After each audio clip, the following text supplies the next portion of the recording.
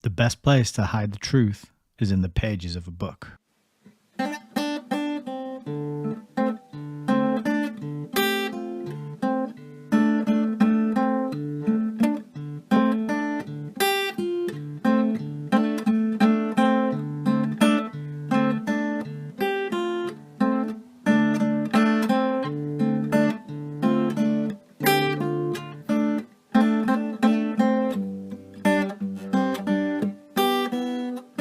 Maybe we should just read.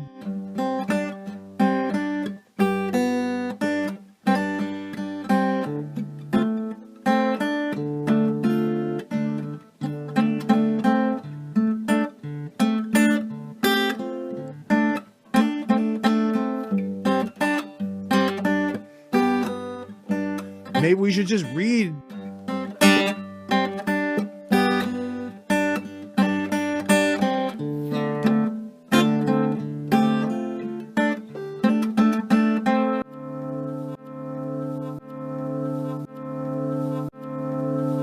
Welcome to Hayes Reviews. Yes, hello. Good evening, everybody. This is Nick, creator of Hayes Reviews, and we are back for another live reading this evening. So it is very wonderful to have you tuning in live. And if you're watching on the replay, also good to have you here. Don't forget that you can check underneath the video for the pinned comment if you wish to jump ahead to tonight's reading. That option is not available if you're tuning in live. You're just stuck with me and my meanderings and my ramblings. But don't fret. I don't actually have too much of a preamble ramble prepared for you this evening. We're going to get straight into the book because The book we are reading at the moment is meaty, it is packed, it is dense, and it is quite a lot to chew through. And the author is building on a legacy of academic, scholarly, historical work that is not contested largely. It's not really conspiracy theory. It's not controversial information. It is mainstream information written by mainstream historians and authors. That is what is truly mind-blowing about reading these kinds of books, is that it is all out there in the open. The truth of what's going on, the people who are doing it, the plans, the agendas, the things they want to achieve. It is all out there. The problem is that it is just swallowed up by a huge amount of nonsense, noise, information, distractions, entertainment, in other words. And what does entertainment mean? Well, I've said this on the channel before, but it bears repeating that the word entertainment means, if you break it down into three parts, you've got enter, tain, and ment. Enter, what does that mean? Well, it means to go in, to enter a building, to enter the door, right? You go inside something. Tain comes from a word which means to hold. And then ment comes from a word which means mind. And I believe that's a Latin word, the etymology of ment. So when you break down the word entertainment, it means to go in and hold the mind. And why would they want to hold your mind? Well, your mind, if your mind is held by entertainment, by scripts and actors, watching other people have fun, as Richard Grove likes to say, then you're not paying attention.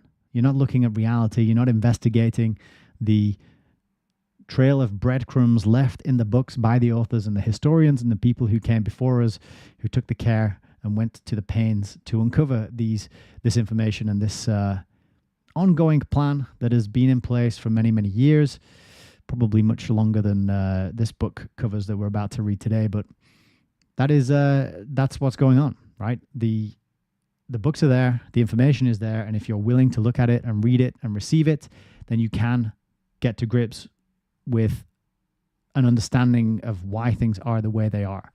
Now, currently in England, we have this situation where people are unhappy with the outcome of their vote, and they want to vote again because it went so well the first time that they are demanding a do-over. And to me, that kind of seems a bit funny. It's like doing more of the same but expecting a different result. I think that's a very popular definition of a word that escapes me right now. Maybe somebody in the chat can fill it in. But people are discontent and dissatisfied with the current political regime. Perhaps they would be less discontent and dissatisfied if they understood the history of that political regime, the people who formed the group, their mentality. Maybe if they went back to read the writings of this group and understand their motivations and the things that they were trying to achieve, what sorts of agendas they were interested in, what kind of circles they were swimming in, who were they mixing with and talking to. They wrote all their plans down in books. And yes, of course, I'm talking about the Fabian Society, who were instrumental in the creation of the Labour Party, which is now the ruling, or at least, I shouldn't say ruling, I should say the democratically elected political party who are currently elected. But we might unelect them and elect the other group, depending on, whether or not the voice of 2 million people is heard and recognized. Although I did see the Prime Minister on some news talk show or other saying that that's not the way the system works. In a democracy, you do not get to gather everybody together and sign a petition and say, hey, we got it wrong, we want to do it again. Nope, that's not how democracy works, apparently, according to the Prime Minister of a democracy. So try and work that out.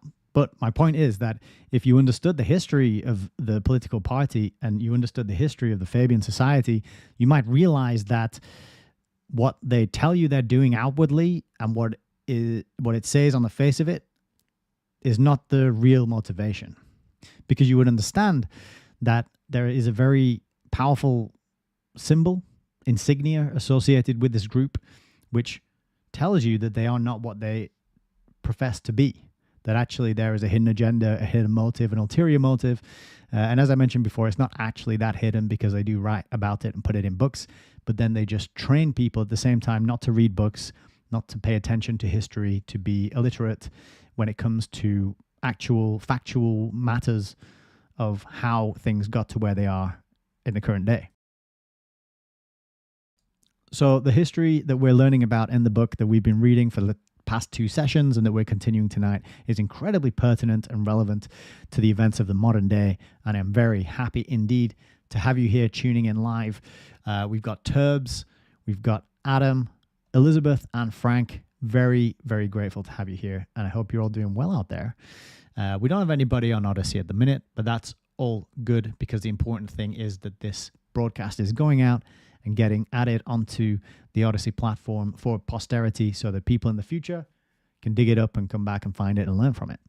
And so we're going to be continuing tonight with chapter 2. So it took us 2 videos to get through the first chapter of this book. It was 50 pages long, and it was dealing with socialism, and the author's thesis, if you will, is that socialism is the means by which dictatorship is established in a democracy. Okay. And one of the difficulties with dealing with these kind of history, and one of the things that I've had to confront and overcome while reading books such as The Fabian Freeway, which we've done on this channel, is understanding the use of all these isms, right? We've got socialism, we've got communism, we've got capitalism. There's this tendency of a lot of writers and thinkers and authors and talking heads online and in mainstream media and elsewhere in alternative media to throw around a lot of words that sound impressive and make people sound academic and smart, but actually not a lot of time is spent on really defining these words and really going into what they actually mean. So when I throw around the word capitalism, the person who I'm talking to might agree that they understand what the word capitalism means, but they might have a completely different understanding of what that word is referring to. The classic example is God. If you start talking to somebody about God, they are likely to have a very different interpretation of what that word is referring to and what it means than you do.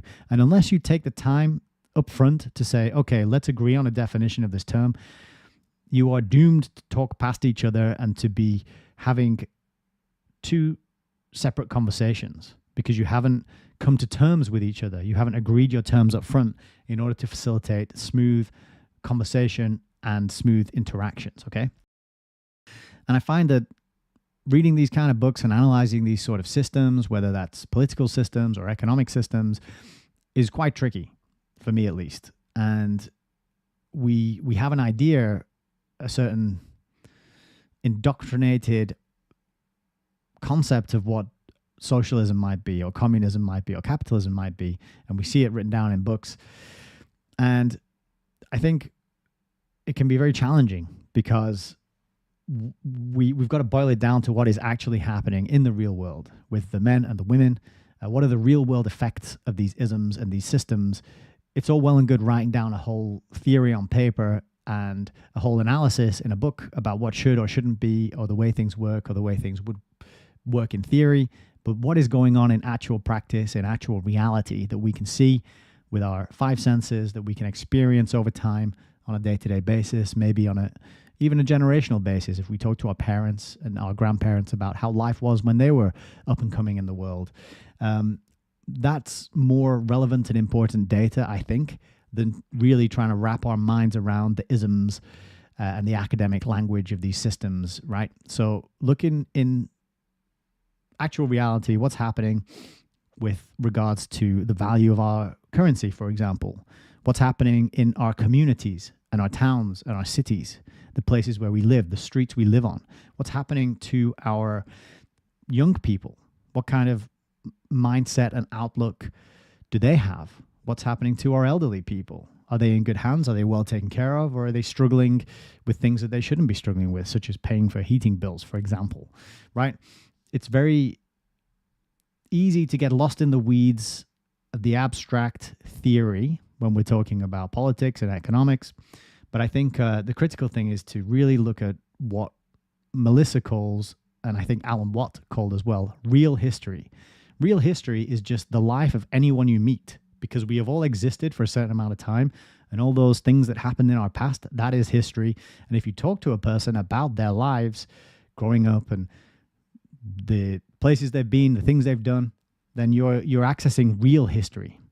Okay? Not the kind of authorized history that you get in a textbook that's been vetted and commissioned by the people who are in power and have influence in this world in order to rewrite the past and mold people's minds and perceptions of the past. Talk to actual human beings about real history, gather that real world data, and then compare that to the history and the information that we're getting in the kind of books we're reading on this channel.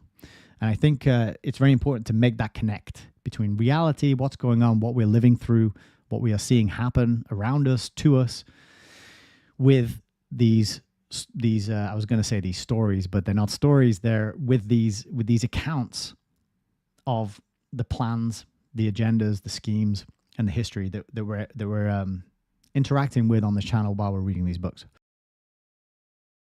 Because that's where that's the proof is in the pudding, right?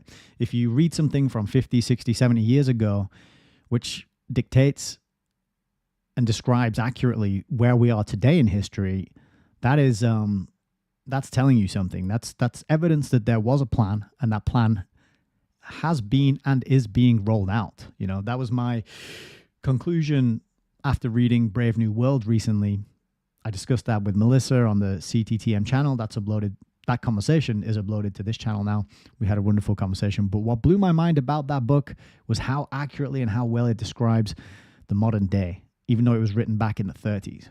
And so this is why reading these books is so important. And as you're going through these books, don't be analyzing from a academic sense whether the terminology is referring is what's the point that I'm trying to make? The point I'm trying to make is compare this information with real life. Does it explain reality, and does it stack up with the evidence that you're seeing around you in your own life and the lives of the people you care about and the people you interact with regularly? That's the point I'm trying to make. It's as I was saying before, it's very important to define your terms. It's very important to know what words mean when you're having discussions and debates with other people. Maybe you're trying to explain something to someone and you're not quite understanding or hearing each other. That's when we want to get in there and define the terms. But when we're reading these sort of books, we want to connect them to reality, see if it explains what we're living through, what's going on, and that will help us decide whether or not to accept or disregard or do more learning about what is being presented to us. And so we're continuing tonight with the Milner-Fabian conspiracy. And the first chapter, which we polished off last week, was all about socialism, and it gave us a different insight into socialism. Socialism is not a dirty word. Communism is not a dirty word in this era, right? Fascism, dirty word. Populism, dirty word. Far right, dirty word. Dirty term, I should say. But far left, socialism, communism still resonate positively with a lot of people. People still buy merchandise with famous communists and socialists pictures, with the hammer and sickle, for example. But if you walk around with a t-shirt that shows some famous or infamous far-right fascist, you're going to get mud thrown at you, and you'll get into all sorts of bother, right? So there's a very strange disconnect here. What's going on? Is communism, socialism, and far left-leaning ideology good? And everything on the right, its opposite, is that all bad? Because that's, generally speaking, quite broadly how we are conditioned to think. I'm sure people will be aware that universities are overwhelmingly stocked with left-leaning professors and teachers and staff across the Western world. And it's very imbalanced when it comes to right-leaning thinkers and academics. They're not very well represented in our universities or educational institutions.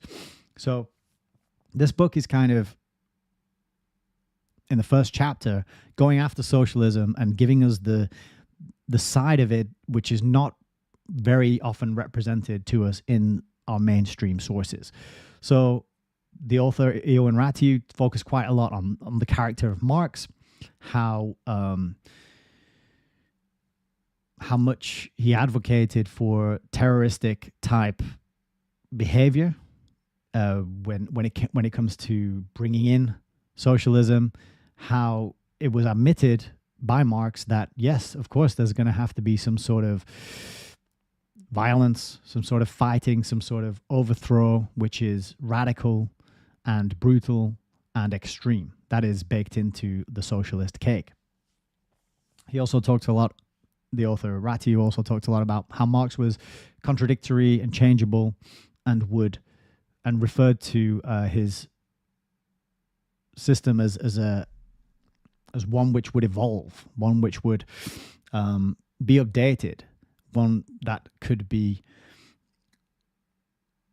changed as time went on and and adapted to suit the situation and as needed. Okay. Another thing that we learned about in the first chapter was the very close relationship between international finance and socialism/communism.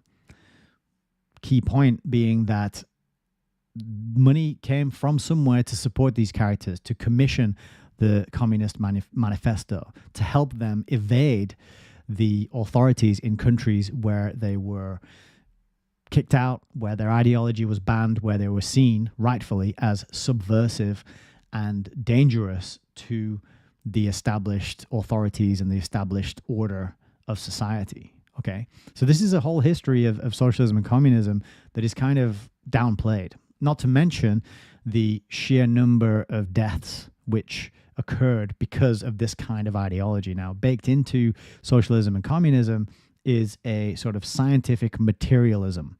It is very closely knit with technocracy, with the idea of a scientific society, as Bertrand Russell would say in his books, Scientific Outlook and the Impact of Science on Society. It's very much tied in with pushing science instead of any other form of authority. So we're not listening to the priest class. We're not listening to the royal aristocracy. We're pushing science because science is objective. And through this scientific approach to resources, to economic output and labor, we're going to bring into being the perfect society. All we have to do is get control of absolutely everything. And then the smart people with the science TM are going to appropriate it and dish it out and make sure it's all fair and equal and equitable. So that's another really, really key part of this is how socialism is funded by big capitalists, big wealthy capitalists. Okay, that's a very little known aspect of socialism and communism, but also how very closely tied it is to technocracy and scientism, and then also how these two things collided or combined in order to lead to an absolutely staggering number of deaths in the 21st century. Okay, 20th century, I should say. So chapter 1 was 50 pages long, and it gave us a really good summary of what I've just tried to summarize in the last sort of 10 minutes. Go back and watch the first two videos because my summarizing skills are not what they ought to be. But tonight we're carrying on with chapter 2, and it is going to be focusing on the second part of the title of the book, the Milner-Fabian conspiracy. We're focusing on the Fabian Society. So it's going to be good. I'm looking forward to jumping into it. I should mention that for wider context and more detail on the Fabian Society, I have read through the Fabian Freeway book on this channel in its entirety, and that was quite an eye-opening account of how this small group of middle-class socialists spread their ideology through the academic institutions, through the political groups, through the working unions here in England and then also in America, and they're still going strong to this day. They're still active, they're still influential, they're still open about their commitment to the cause of socialism. And this is when you're listening to the people pushing socialism, talking about it and advocating for it, that's the time to be like, okay, what do you exactly mean by socialism? Because as Ratiu reminded us in the first chapter, communism, socialism, it has tyranny built into it, because you cannot achieve an equal society because people are not equal. Some are taller, some are shorter, some have a higher aptitude for crunching numbers, some have a higher aptitude for repairing cars, right? We're all built differently. We all have different strengths and weaknesses. And to standardize society, which is the aim of a scientifically controlled society, a technocracy, to standardize a society means to get all the differences, all the richness, all the variety of the tapestry of the human family out of there. Squash it all down and string it all out. And the only way to do that is through force. The only way to do that is through coercion, is through violence, in other words, which is tyranny. And the other thing that's baked into socialism and communism is that you're going to have a small group of controlling people, smart people, to run the systems and to keep everything ticking over. It leads to a bureaucracy. And the bureaucracy gets bloated and bigger and convoluted and confusing so that people don't know how it operates. And it becomes this unaccountable, faceless machine or system which is self-perpetuating, which becomes more important than the human beings who operate within it, right? And we had this incredible quote on page something or other, and I didn't mark it up, I don't think, but it was an incredible quote which I have just managed to find right away, page 32, which is, "In the past, man has been first. In the future, the system must be first." That was from Frederick Taylor. So that is what is built into socialism and communism and technocracy and scientific rule by scientific elite. It's this constructing and building of a bureaucratic system which becomes self-perpetuating and more important than the human beings who exist within it. The human beings become cogs, they become replaceable, they become disposable, and this is why you see all over the place the symbolism of the bee and the beehive. That is one that my mind always comes back to, because in the city where I live, that is the symbol of the city, and on bus stops and on people's cars and all over the place, you can see bees and hives. And what are bees? Well, they are drones. They are disposable workers the masses of whom operate in service of that single queen bee who is the most important. Now, some people, flip it the other way and say, well, the queen is the slave, really, because she's stuck inside the hive laying, making babies, and she can't go anywhere, do anything. She has no freedom. All right, you might have a point there. But the drones is what I'm getting at. We are, by being indoctrinated and brought into this system gradually through the Fabian tiptoe of gradual change, we are made into replaceable drones who don't have any intrinsic value as individuals. Right.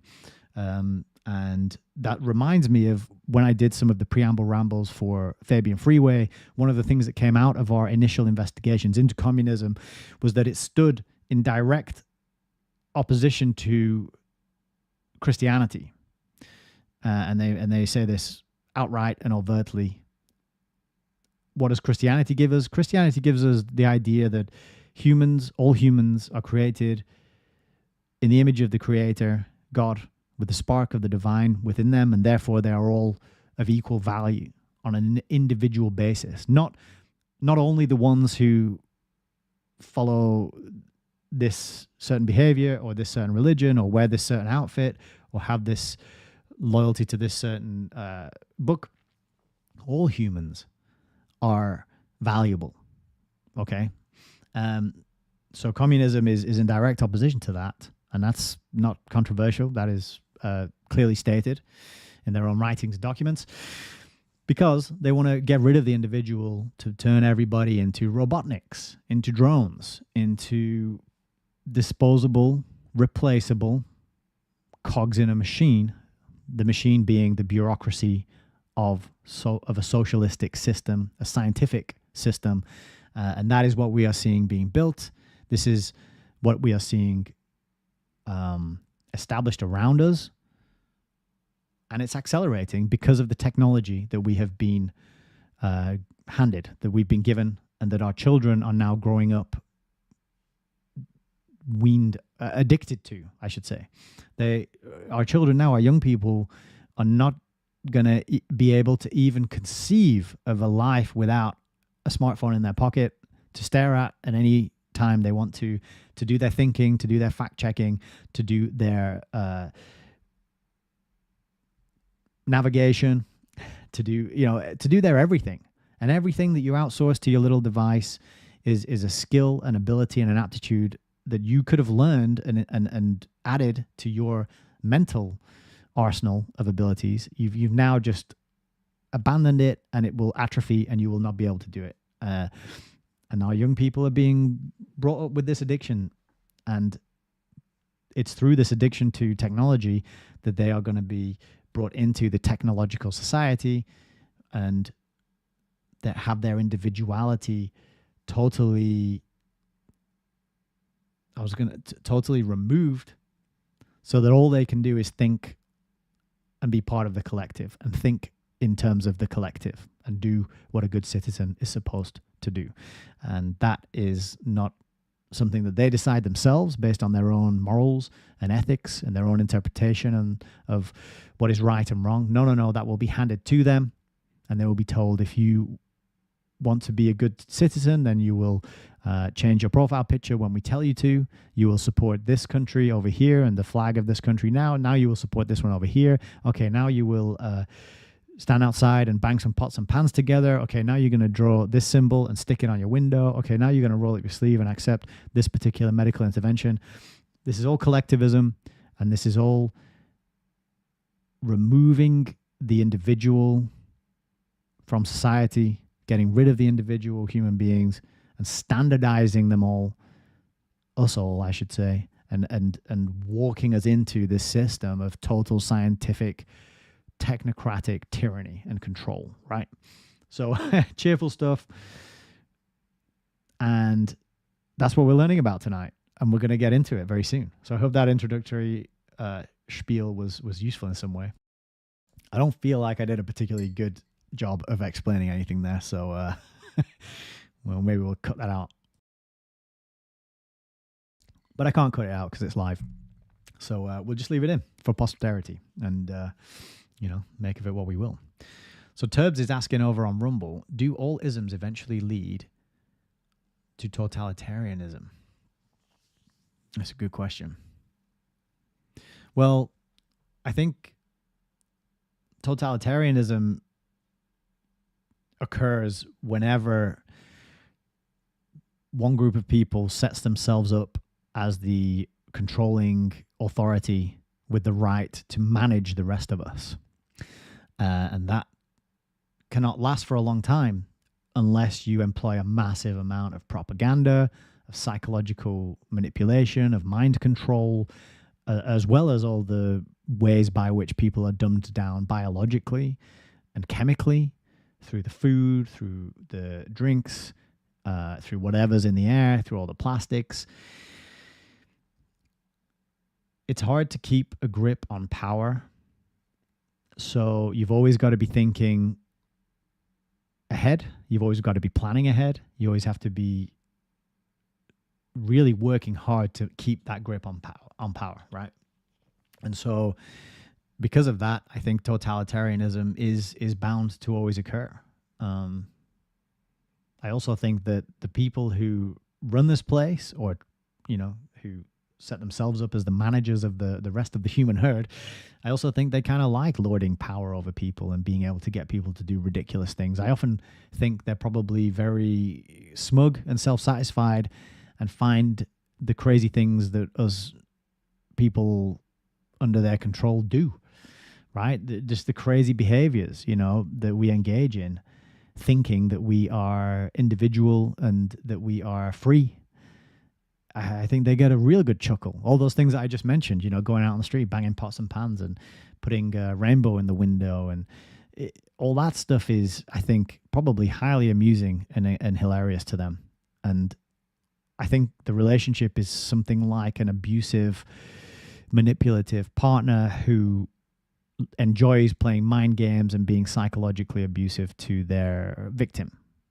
And so when you have that kind of mentality, when you actually enjoy lording it over people who are ignorant, people who are honest, people who are decent, hardworking, when you realize, oh, I can basically abuse these people and then they'll still thank me for it and be loyal for it and vote for me and pay me the money I demand of them. That kind of mentality is going to be one that leads to totalitarianism, isn't it? So we got these parasites on our back, and it's very, very hard to get them off because of the sleeping masses of people who are not interested in understanding how all these things work, getting into the detail, getting into the books and the history, and they'd much rather be entertained, which links us nicely back to the start of the broadcast, where people would much rather have their mind held by liars, which is what actors are. Actors are liars. They come on screen. They lie about how they feel. They deceive you with their abilities to mimic emotion and mimic genuine human behavior, right? They read a script that someone else has written, and you don't know who wrote the script.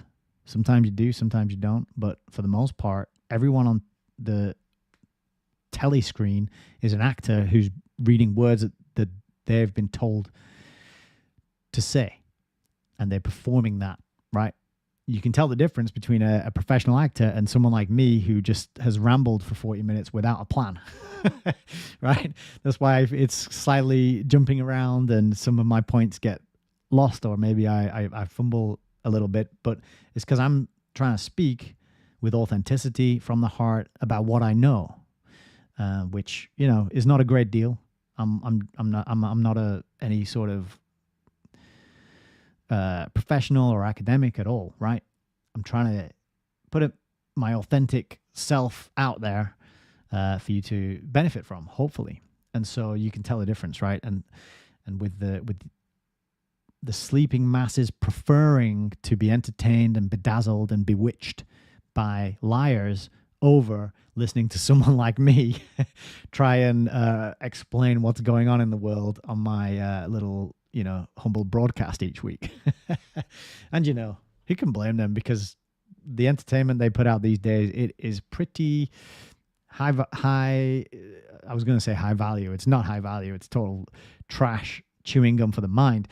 But it's so bedazzling and bewitching. It's fantastical. It's amazing to watch. It's got all the music to trigger the emotions. It's got the journeys that the characters go on, the resolutions, the tension, the conflict, the romance, the drama, the action. It's got all that. And why wouldn't you want to escape into that when reality is quite bleak in many ways? When there's all sorts of things going on around us that we would rather ignore and not face and not deal with, and have a bit of respite from for an hour or two every evening. I get it. I understand it. I indulge in it myself occasionally. So I'm not judging anyone. But it is a problem when the majority of people do that most of the time. And I think that's always going to be the way it is, unfortunately. I don't think we have too much hope of really changing that. That might be a bit of a pessimistic downer thing to say. But, look at the numbers who are tuning into my broadcast and look at the numbers who are tuning into nonsense broadcast, girls shaking their bums and all that sort of thing. And that's all the evidence you need, really, isn't it? Yeah. Anyway, we are here to read a book. And so let's get on with that. I have a kind of announcement as well, but I'm going to save that, I think, for later or maybe another broadcast. I'll mention it a little bit that I just gave us a whole pessimistic kind of thing that we can't do much to change it, but I am actually working on something that may help. Not save everybody, not change everybody, not change the whole direction that we're going in as a society and as a culture, but at least an offer to bring to people that might help the right people shift a little bit in the right direction. So I am working on something, and I am going to announce it and bring it out publicly very soon. If you're in my private Telegram chat, you'll already know about this, but that is currently locked off and nobody can join that without an explicit invitation from me. But that's going to change, and I'm going to have an announcement that I'm going to bring to people. But that's all I'm going to say about that for now. Let's get into the book and carry on with the reading. So the Milner-Fabian conspiracy, how an international elite is taking over and destroying Europe, America, and the world. And remember that this was written in 2012, right? So we've got to think that another 12 years of this agenda has unrolled since Ioan Ratiu very kindly and diligently assembled this research into a book and had it published. So as I mentioned, when you're looking at reality and you're looking at what's going on around you, he's actually 12 years behind where we are now. And yet, all this information is still very relevant and pertinent. But that is enough to say, let's get into the book. I'm just going to shift my seat a little bit and get comfortable. And as always, if you feel so inclined, you can support the stream at any moment by visiting allmylinks.com/HazeReviews. Thumbs up, like, comment, share, subscribe, all that good stuff. It is very much appreciated. And I've tried to make it easy for people to find ways to support. But just being here and taking part and learning these things is more than enough. It's more than most people are doing, you know? So do not feel obligated or pressured in any way, shape, or form whatsoever. I am doing just fine over here, and I don't do it for any sort of monetary support. I do it because it's important and it needs to be done, right? And I enjoy doing it. That's the other thing. You know, if I wasn't sitting here doing this, I'd probably be watching some stupid garbage entertainment and letting my mind rot. So at least I'm stretching my mind a little bit and putting it to work. So let's crack on tonight with the Fabian Conspiracy, Chapter 2. Fabianism is the world's most influential social, political, economic, and cultural movement. At the same time, it is one of the least known, at least to the wider public. Even less known are its aims, methods, and global reach. This is entirely intentional. Its almost invisible London headquarters for over 80 years is witness not only to its humble beginnings, but also to its policy of stealth. As a subversive movement, Fabianism has always, and quite deliberately, operated from behind the scenes. According to one of its leaders, the Fabian Society, which has fathered the movement, was organized for thought and discussion, and not for electoral action, which it left to other organizations, such as political parties, while encouraging its members to infiltrate and operate from within those organizations. This tactic has rendered the movement's far-reaching activities and influence virtually invisible to outsiders. And there's a picture there. Maybe we can zoom in a bit. And I don't think I've looked at this picture before, but that is... well, it used to be a Fabian bookshop. This is St. James Espresso Bar, 11 Dartmouth Street, London. And that's the Fabian Society's headquarters from 1928 to 2013. They have since moved. I don't know where they've gone. So no point going over there and chucking a Molotov cocktail through the window. They've shipped out and they've gone somewhere else now. So we missed our opportunity. It'd be interesting to know where they are these days, though. Probably in London, I would have thought. All right, let's go on. Continuing with the next section, which is Karl Marx, Thomas Davidson, and the Fabian Society. The Fabian Society is a semi-secret private organization which owes its ideological beginnings to the influence of two men, Karl Marx and Thomas Davidson. Its founding members were supporters of the Democratic Federation, established in 1881 by Henry Hindman, a wealthy leader of the International. Just over 7 months after Marx's death on the 24th of October 1883, this group gathered around Thomas Davidson, a Scottish-born American schoolmaster with utopian socialist leanings, who wanted to establish a community of superior people. On the 7th of November, it was resolved to form an association for the purpose of reconstructing society in accordance with the highest moral possibilities. As will become clear, these highest moral possibilities were in fact dictated by Marxist ideas such as common ownership and state control. On the 4th of January 1884, it was resolved to call the association the Fabian Society. As evident from Resolution 1 of the 4th January meeting, the Society's name was chosen in reference to the delaying tactics used by Roman general and dictator Quintus Fabius Maximus against superior Carthaginian forces, and reflected the Fabian belief in the gradual establishment of socialism as opposed to the more militant methods advocated by other socialist revolutionaries. The revolution by stages approach was also reflected in the language of Fabian publications. In February 1884, while the Fabians agreed that the militantly Marxist Democratic Federation was doing a good and useful work and was worthy of sympathy and support, the language it used in its literature they deemed to be unacceptable and decided to produce their own literature. Despite the more guarded and polite language, however, Fabian writings were thoroughly socialist from the outset and have remained so ever since. As admitted by leading Fabian Edward Pease, the Society's very first publication, Fabian Tract No. 1, was a thoroughgoing statement of socialism. The Society's members continue to hold political views representing various shades of socialism, ranging from social liberalism to Stalinism. Bernard Shaw and the Big Four. Although George Bernard Shaw is widely known for his plays, the fact is that he was first and foremost a socialist activist. Irish-born, Shaw had moved to London in 1876, where he was a struggling journalist, living on subsidies from his mother and spending his afternoons studying in the British Museum reading room, which was also frequented by Marx.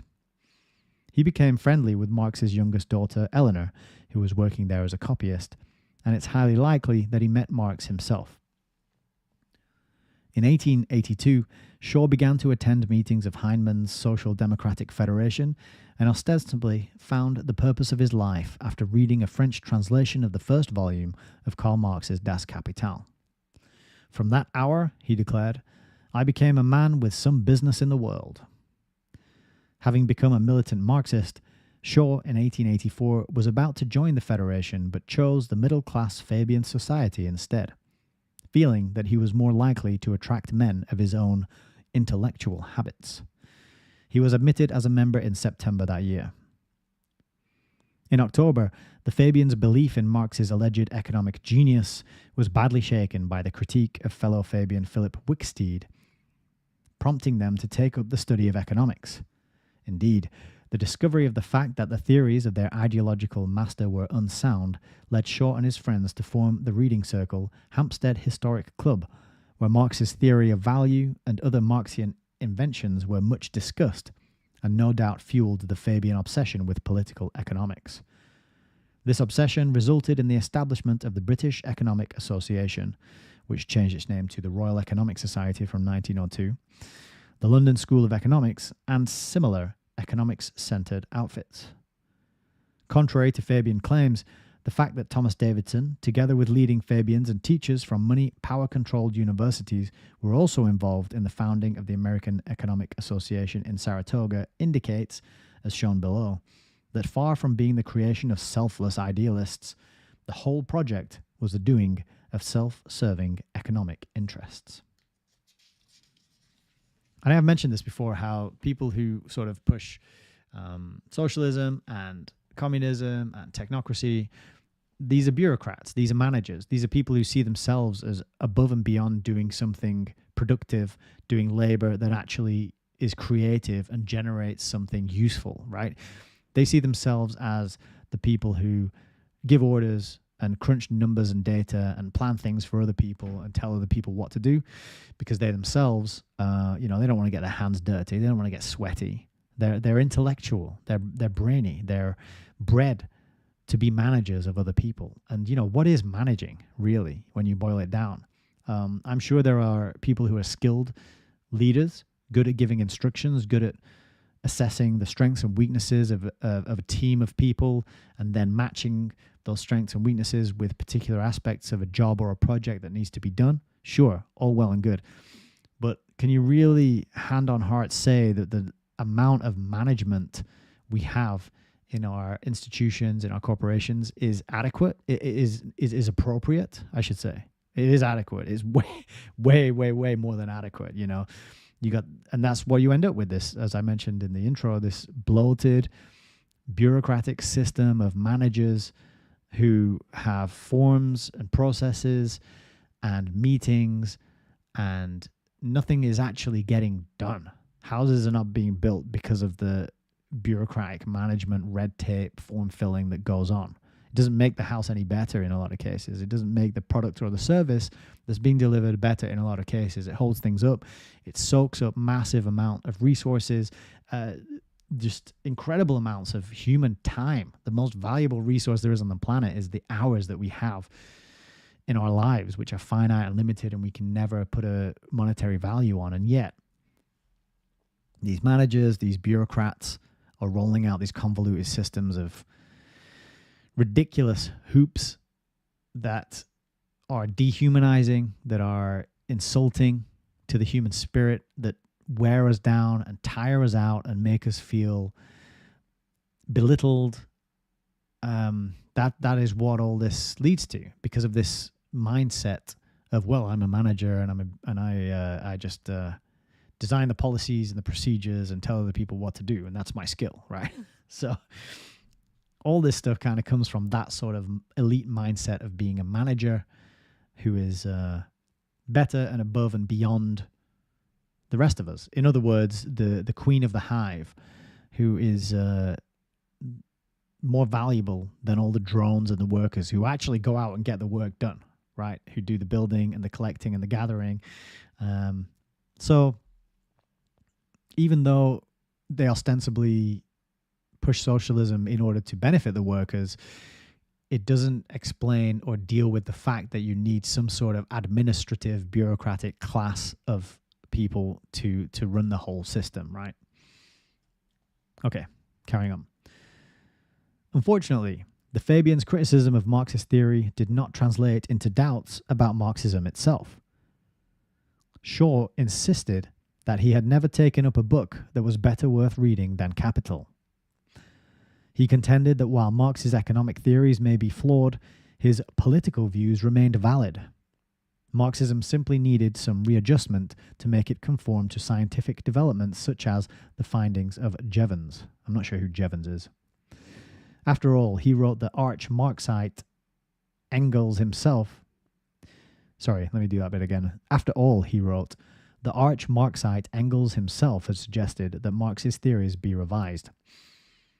It was to take decades for Fabians to admit that their own economic theories were as bogus as those of Marx.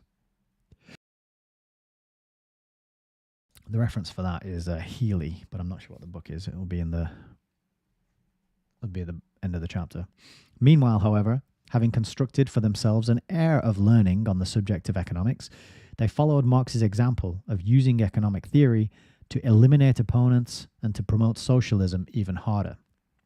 Fabian Tract number 3 proudly referred to the Society as having in view the advance of socialism in England, and the Fabian basis, which all handpicked prospective members had to subscribe to, clearly stated the Fabian Society consists of socialists.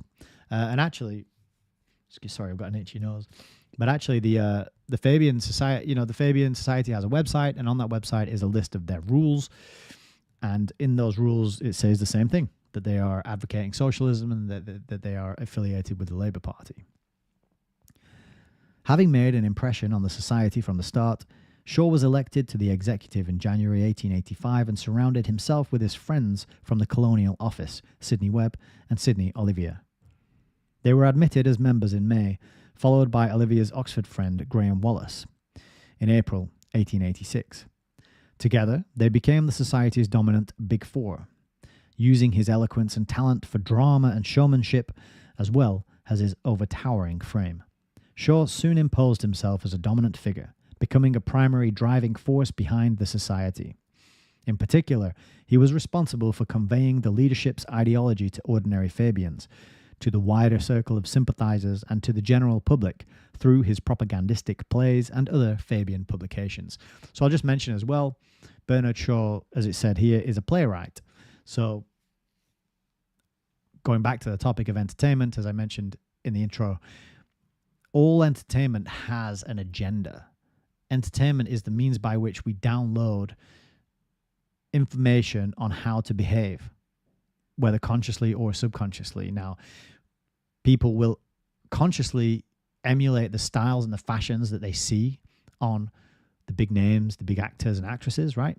But then when you're watching characters interact on television, you're also downloading the way they interact. You're going to absorb some of that, and then you're going to model it and emulate it. Monkey see, monkey do.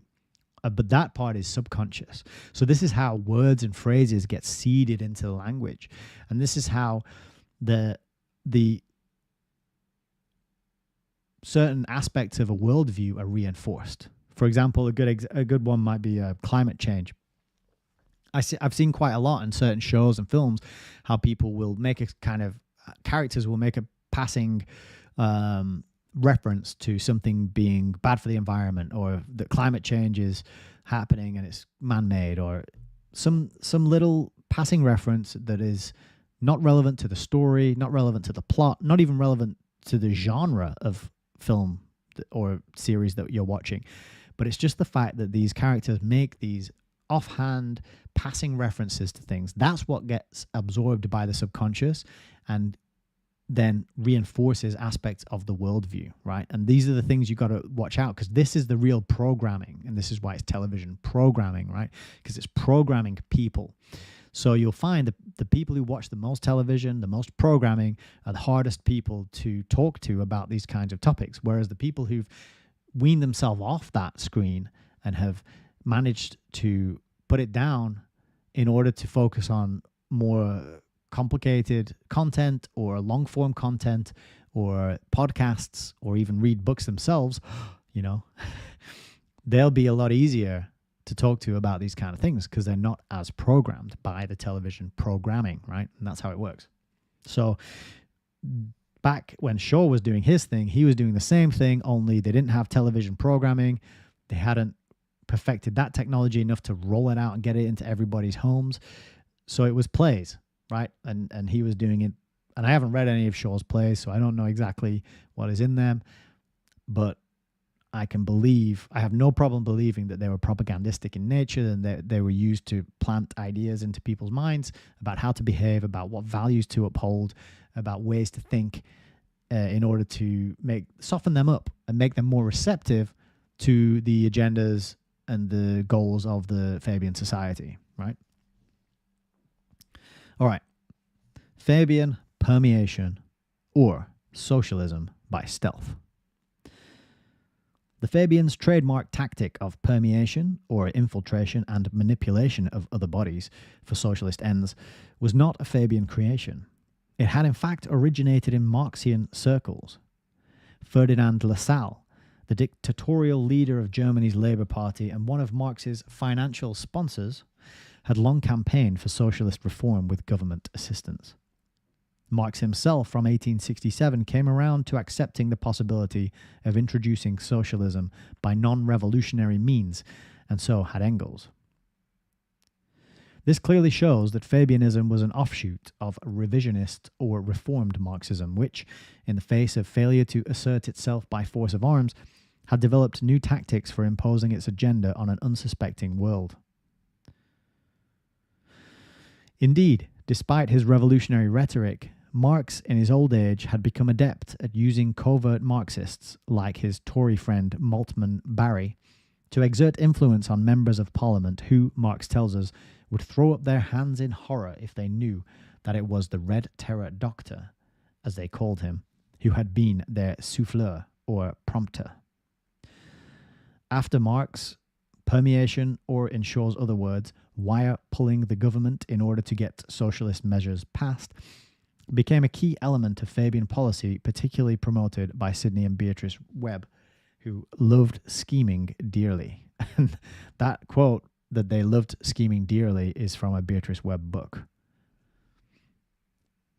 In his paper, The Fabian Society, Its Early History, Bernard Shaw explained the Fabian tactic of permeation, which was also set out in the Society's report on Fabian policy, as the exertion of pressure and persuasion on all forces regardless of their political allegiance, while supporting actions advancing the socialist cause and opposing those that were reactionary.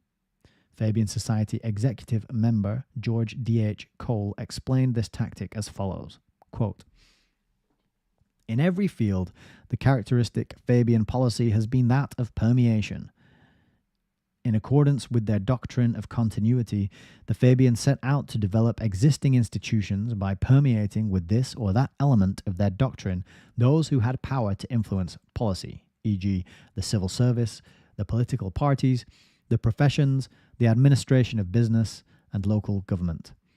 It was part of their creed that no sharp line could be drawn between socialists and non-socialists, and that many who would not call themselves socialists could be persuaded to help with particular reforms for making socialism." That's from G.D.H. Cole, 1932. So one bit I wanted to go back to was this labeling of reactionary. What it's saying here is that anybody who was uncomfortable with socialism, who didn't want to see things divvied up and doled out according to the whims of some sort of managerial bureaucratic class, would be labeled with reactionary, or you're reactionary. And that would be a pejorative term used to dismiss and disregard the arguments which were being put forward to challenge the Fabian Society and their agendas, right? Classic tactic, still used to this day to besmirch and smear the reputation and attack the character of the people rather than the content and the quality of their argument or the points that they're making or the evidence that they're bringing to the table as to why your agenda or your action or your proposal is garbage or nonsense. Okay, so it's a very underhand way of derailing good open debate and discussion around a given topic. I don't know why my nose is so itchy tonight. I apologize for that. So, continuing, the natural target of Fabian permeation was the Liberal Party, which was receptive to socialist ideas and amenable to Fabian manipulation. However, the Fabians also joined radical and conservative bodies and, by making speeches and moving resolutions at their meetings, as well as by using parliamentary candidates as their tools, they succeeded in planting their ideas in many heads that would not have even remotely considered themselves socialist. By 1818, this had already been put into practice with great success. As stated by Sidney Webb, the Society believed in the policy of inculcating socialist thought and socialist projects into the minds not only of converts, but of individuals of all political denominations, including conservatives, and of all social classes, from workers and trade unionists to employers and financiers. And the reference for that point is Sidney Webb. That's the point he makes himself in a publication from 1920. So this is an ideology that transcends political allegiance, the left and right paradigm, and it transcends the class, social class system as well. Although it says that, but it doesn't really. All it's looking to do is to change the class of people who have the wealth and the power and the control. So that class system's still going to exist, only the previous boss is replaced by the new boss who's the same as the old boss. That's the part that they don't tell you. That's the bit that they leave out. But it is interesting that I think it's true when they talk about how they'll work with any political denomination, because the whole left-right system is a total illusion. It's a managed dialectic that is offered to people to give. It serves a lot of functions, but it's to give the illusion of choice first and foremost. But then it is also to ensure people stay contained within the Overton window and never go outside of it. So you've got the left team, you've got the right team, the blue team, the red team, and most people, that will catch most people out, and they'll choose one or the other. And then there'll be a small group of people going, why is there only two teams? And why is it always red and blue? You know, why can't we have a green team? But they know that it's a classic tactic, divide and control, I would probably, is how I would probably refer to it. But they're kind of acknowledging that is the case by saying, yeah, we'll work with anybody on either side of the political divide. It doesn't make any difference to us because it's an elusive divide, arbitrary divide anyway. Okay, continuing. Wolves in sheep's clothing. As if to confirm the subversive nature of the Fabian project, Bernard Shaw in 1910 commissioned a stained glass window showing from left to right Fabian leaders Edward R. Pease, Sidney Webb and Shaw himself, forging a new world out of the old, while other Fabians kneel worshipfully before a stack of Fabian writings. Though intended to be humorous, the Fabians' adulatory attitude towards Fabian writings, elevated to the status of divine writ, accurately portrays the cult-like nature of socialism in general and of Fabian socialism in particular. The making of socialism, or Fabianism, into a quasi-religious movement was a conscious objective of the Fabian leadership. The window carries the logo, remold it nearer to the heart's desire. The last line from a quatrain by the medieval Iranian poet Omar Khayyam reads, "Dear love, couldst thou and I with fate conspire to grasp the sorry scheme of things entire, would we not shatter it to bits and then remold it nearer to the heart's desire?" And which expresses the Fabian plan to destroy and reconstruct society along Fabian lines. Yes, so you have to smash up and break down and destroy the old to make way for the new. That's the revolution, and it's the ongoing continual revolution. And we are perhaps on the edge of the final revolution, because once this scientific system of control is in place and the next generation grow up having known nothing else, that'll be the point at which it's locked in and it will be extremely difficult to overthrow, as described and detailed in George Orwell's 1984 and also Aldous Huxley's Brave New World, right?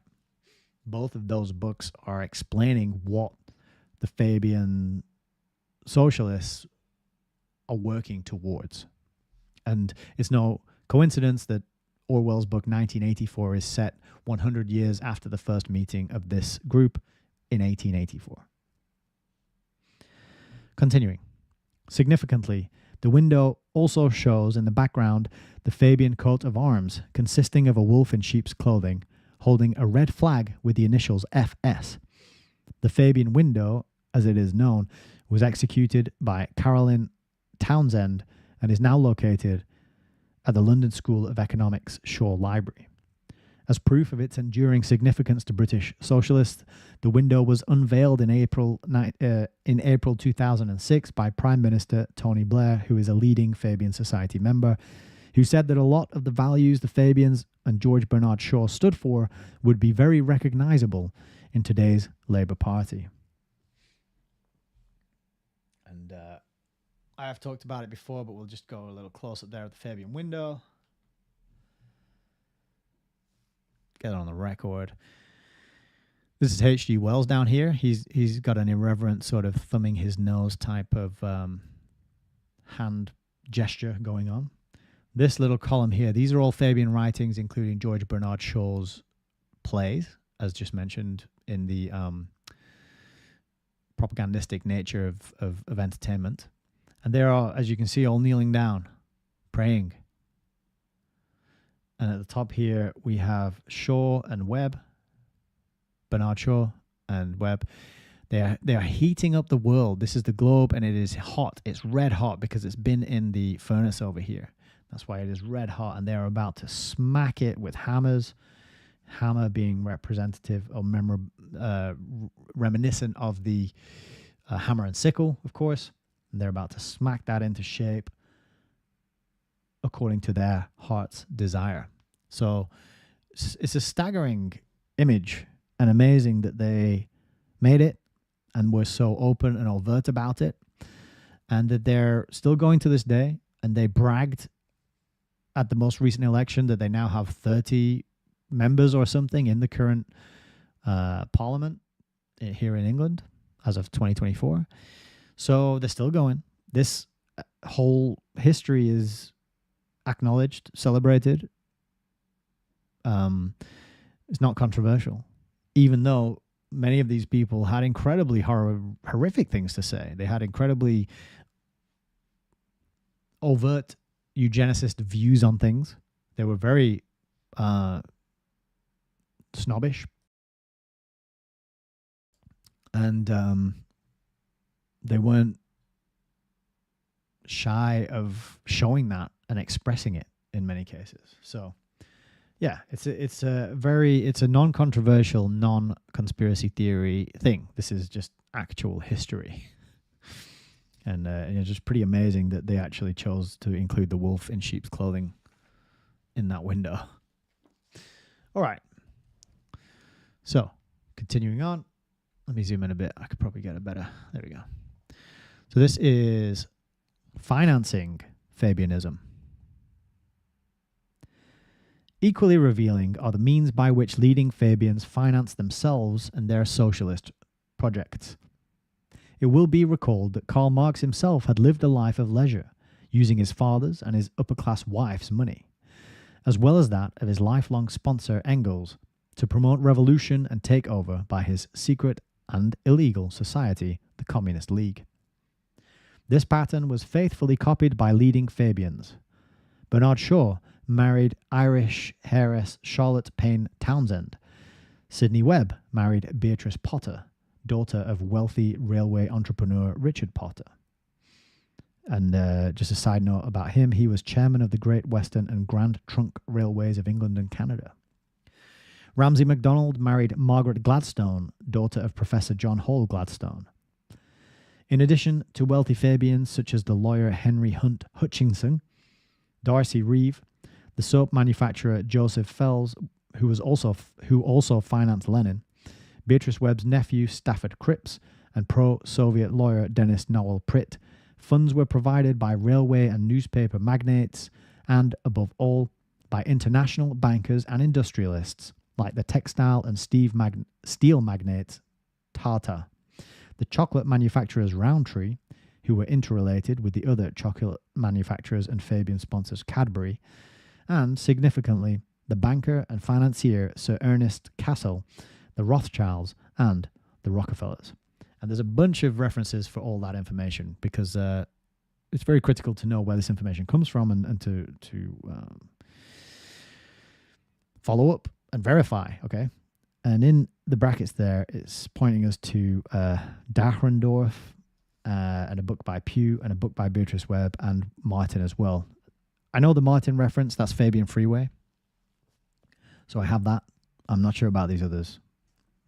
But there are references and footnotes to this information. So it'd be good to check that out because can't just go believing anything written on a page in any book, can we? Luring liberal millionaires into the Fabian web of deceit has been a central concern of the Fabians right from the start. Beatrice Webb's Our Partnership reveals the Fabian leadership's preoccupation with catching millionaires, wire pulling, and moving all the forces they had control over, while taking care to appear disinterested and claiming to be humble folk whom nobody suspects of power. A classic illustration is Shaw's propagandistic pamphlet Socialism for Millionaires, which apparently started a millionaire movement converting steel magnate Carnegie, followed by John Davison Rockefeller Sr. of Standard Oil and Henry Ford of Ford Motor Company.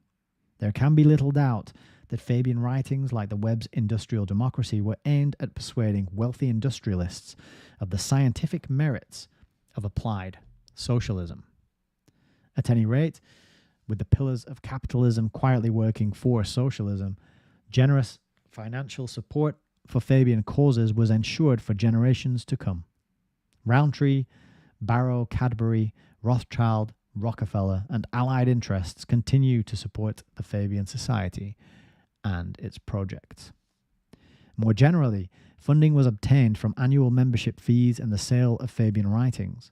However, perhaps the cleverest means the Fabians have devised to finance their projects was getting the trade unions to support their members of parliament and getting governments to pump taxpayers' money into Fabian causes, the latter being a feat they were able to duplicate in America with great success. And the reference for that last point is the book Fabian Freeway by Martin, page 316. Okay, continuing. The Milner Group. A key component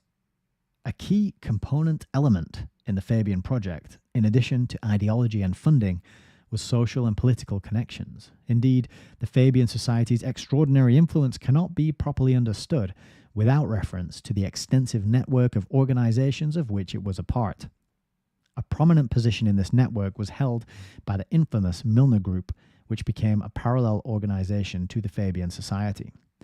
The group began as a small yet highly influential secret society set up in 1891 by Cecil Rhodes, Alfred Milner, and Nathan Rothschild, and bankrolled by the Rhodes Trust, the Bate Trust, the Astors, and various powerful banks like Lazard Brothers and Co. And the reference for that is Carroll Quigley, Anglo-American Establishment. I know it's that book because Anglo-American Establishment was published in 1981.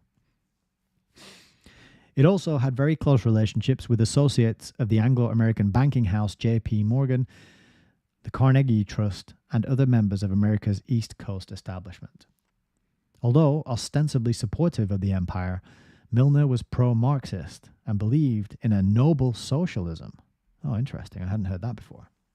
He and his group derived much of their ideology from Arnold Toynbee's socialist-style theories of social reform, and their policies, like self-government for the colonies, eventually led to the dissolution of the empire.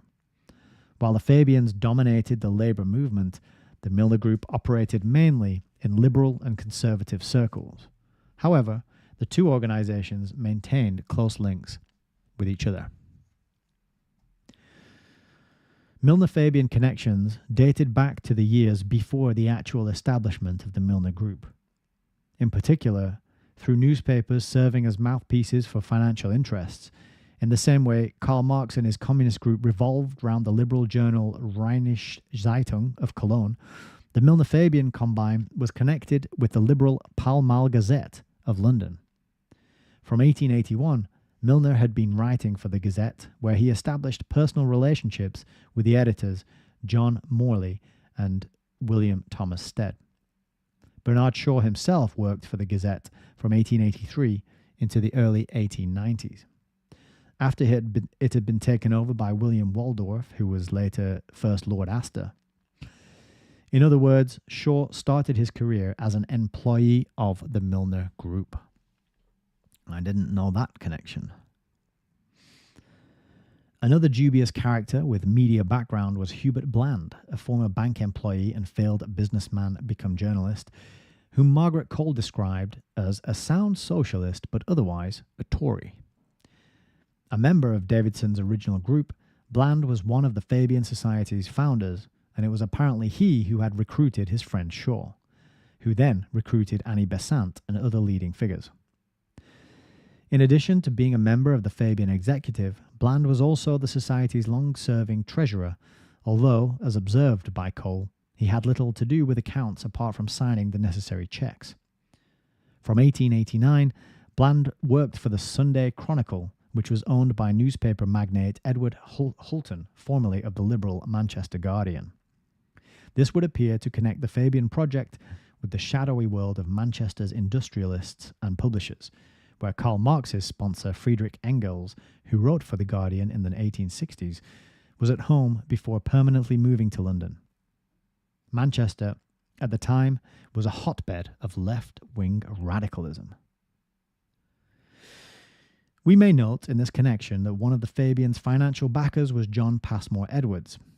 In the early 1840s, Edwards worked for the Sentinel in Manchester, where he became a follower of the Manchester School, a liberal movement advocating free trade and international peace, spearheaded by textile manufacturers Richard Cobden and John Bright. Cobden, who also held substantial railway interest in America, was a founder of the Anglo-American Peace Society. Conferences in Brussels, Passmore Edwards accompanied Cobden to international conferences in Brussels and other European capitals and organized meetings for the Society's League of Universal Brotherhood. Together with fellow liberal Samuel Storey, Passmore Edwards became partner of Andrew Carnegie in the newspaper business in the early 1880s. That is precisely at the time of the Fabian Society's founding. So what's coming out here is this incredibly important link with newspapers. And newspapers, again, also a form of entertainment, but more importantly, a form of feeding to people what they should think about and their opinions, right? Newspapers are written in a way like drama, like plays, like movie scripts. They're written in a way for the human mind to download opinions and snippets of information to then regurgitate around the breakfast table or around the table, the canteen at lunchtime or wherever it is, right? That's the purpose of these things. It's not to educate, it's not to inform, it's not to give you an understanding of events that is accurate and up to date and objective. No, these newspapers and media outlets present themselves that way. We are unbiased and we are objective and we are giving you the truth. Of course they're going to say that, but how do you know they are when you start looking at the connections between the people who own and run these operations? Now, I think most people will have heard of Rupert Murdoch, for example. But what about all the people before him? What about the people who ran all the newspapers and the media outlets way back when? You know, these things don't happen by mistake. And there's a reason that there's newspapers for the people on the left side of the political aisle, and there's newspapers for people on the right side. There's media news outlets and channels for people on the left and people on the right, and everything is aligned and reinforces this managed dialectic, which as I said before, is there to trap people. So I always find in Anglo-American establishment and in books like this, discussion of the people who run the newspapers and the of the time very important and very telling. Okay, so I just wanted to dwell on that for a minute. Where did we get to? Here, I think. Together with fellow liberal Samuel Storey, Passmore Edwards became partner of Andrew Carnegie. Oh, no, we did that bit. Sorry. Here, wasn't it? A prominent journalist himself, Scottish-born Carnegie vented his radical and anti-monarchist views in his Triumphant Democracy, followed in 1889 by the essay Wealth, in which he took the Fabian line that his own vision of the world differed from that of communism only in that it required evolution of existing conditions as opposed to total overthrow of civilization. The essay was published in the North American Review in June and reprinted as The Gospel of Wealth in the Milner-Fabian Pall Mall Gazette. It may be added that Pall Mall Gazette editor John Morley had served as editor of Cobden's Morning Star in the late 1860s.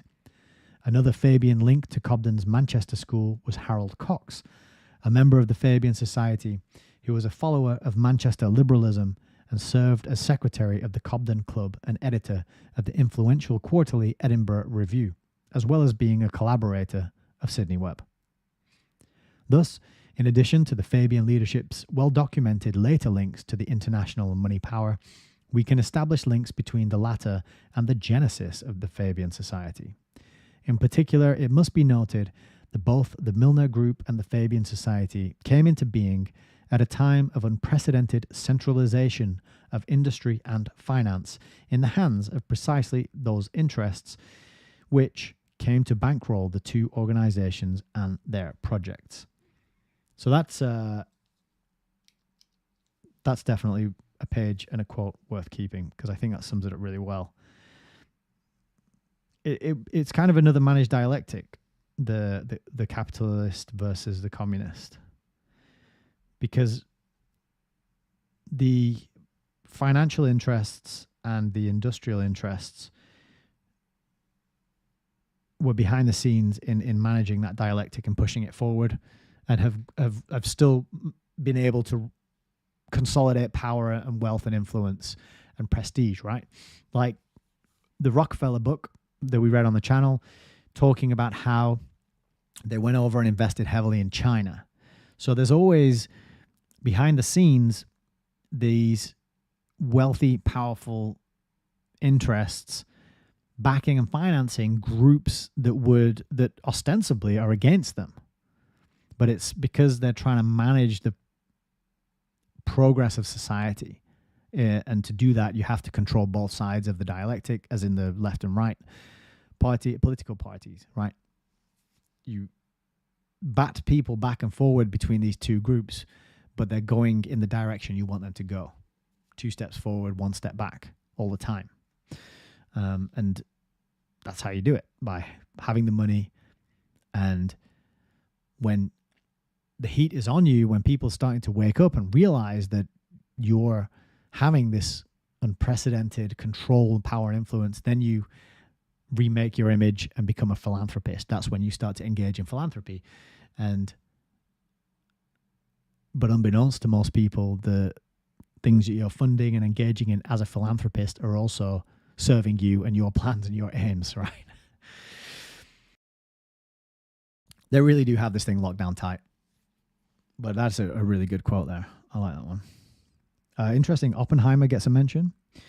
The Roundtree and Cadbury names will be very familiar to anyone here in England, as they are still, to this day, mainstays in the sweet shop and confectionery sections of the supermarket, right? Cadbury's chocolate and Roundtree fruit pastels. And then, of course, Carnegie, Morgan, Astor, and Rockefeller, I'm sure names that we're all very familiar with. All of these people linked to the Fabian Society. And if we remember back to the intro of the book, Ioan Ratiu was talking about how these groups, these industrialists, all came after monarchy. And they were all establishing themselves at a time where a new system is rising out of the ashes of the monarchical, is that a word? Systems of the past. So as I said before, it's not that the controlling elite, the small group, the small predatory parasitic class of people, it's not that they ever go away. They just get replaced by a different group of predators, and they slap a new name on it and call it a different thing.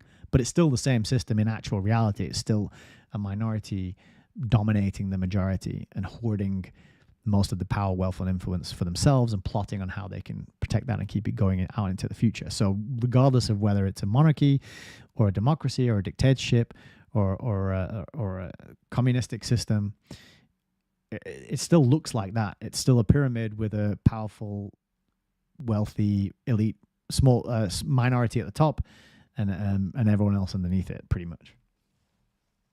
That's just the way it's been, I think, for as long as records can go back. Anyway, continuing with the book. The pivotal role played by key elements of the Milner-Fabian conspiracy in the centralization and monopolization of power on both sides of the Atlantic indicates that leading liberal industrialists were not only willing converts to Fabianism, but its covert instigators.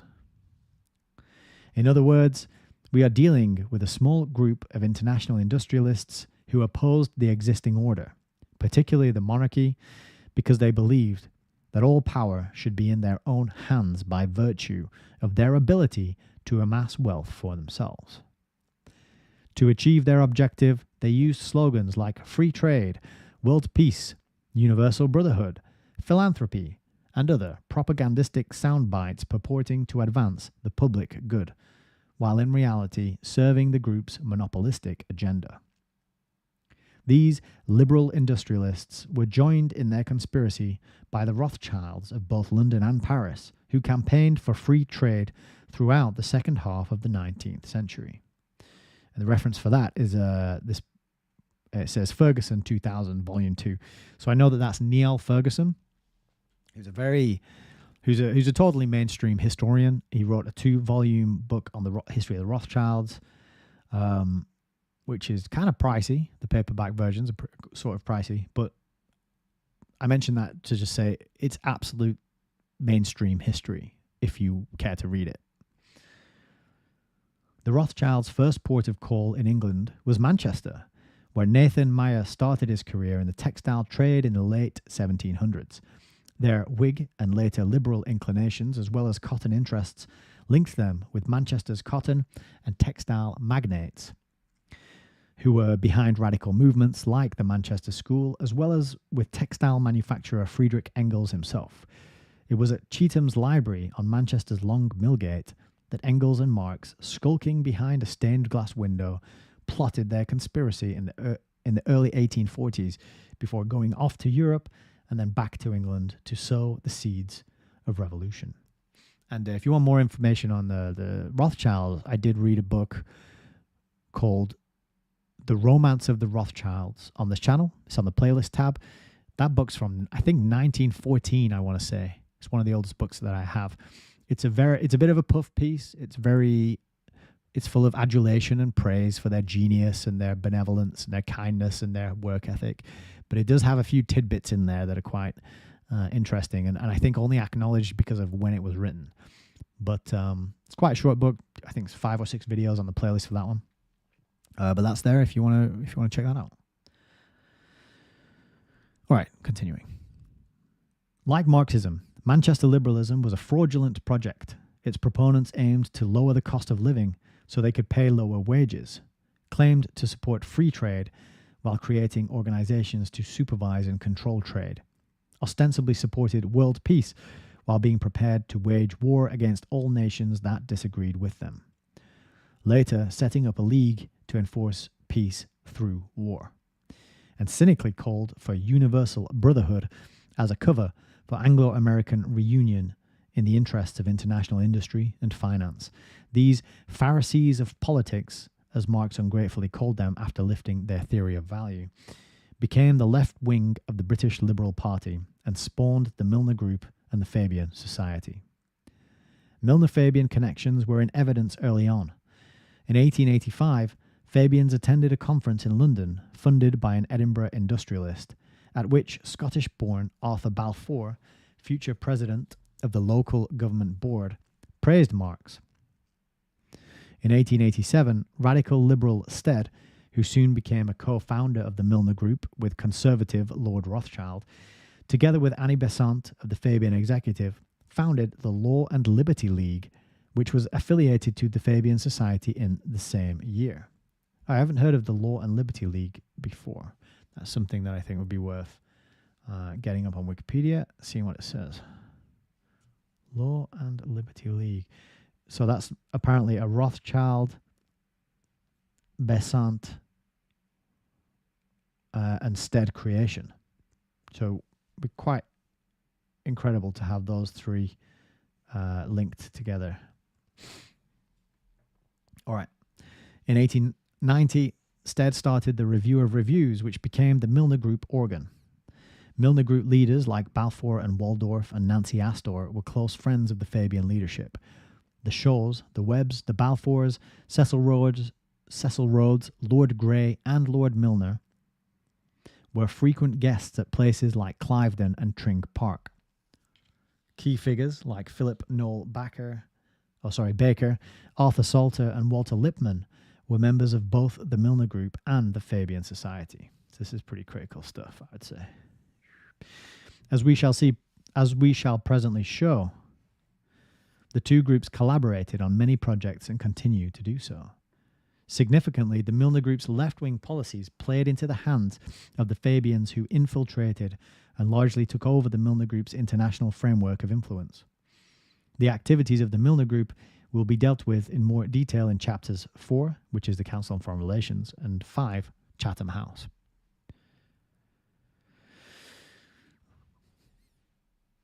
Okay, the rainbow circle and the coefficients.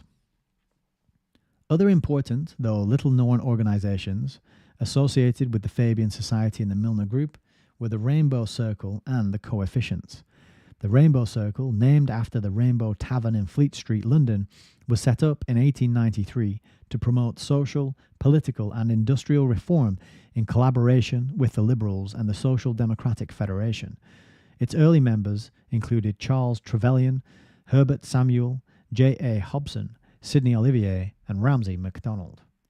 Similarly, in 1902, the Fabians started the Coefficients Dining Club, named in allusion to the progressive elite's fashionable preoccupation with efficiency, which was attended by influential figures from the Conservative and Liberal parties, such as Edward Grey, Richard Haldane, Leo Amery, and Alfred Milner.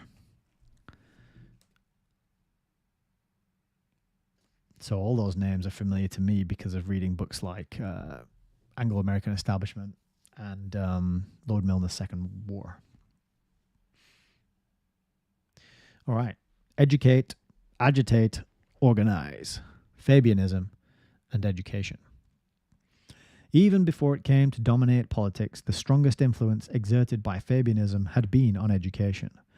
Already in 1885, the Fabians put the slogan "Educate, Agitate, Organize" in circulation.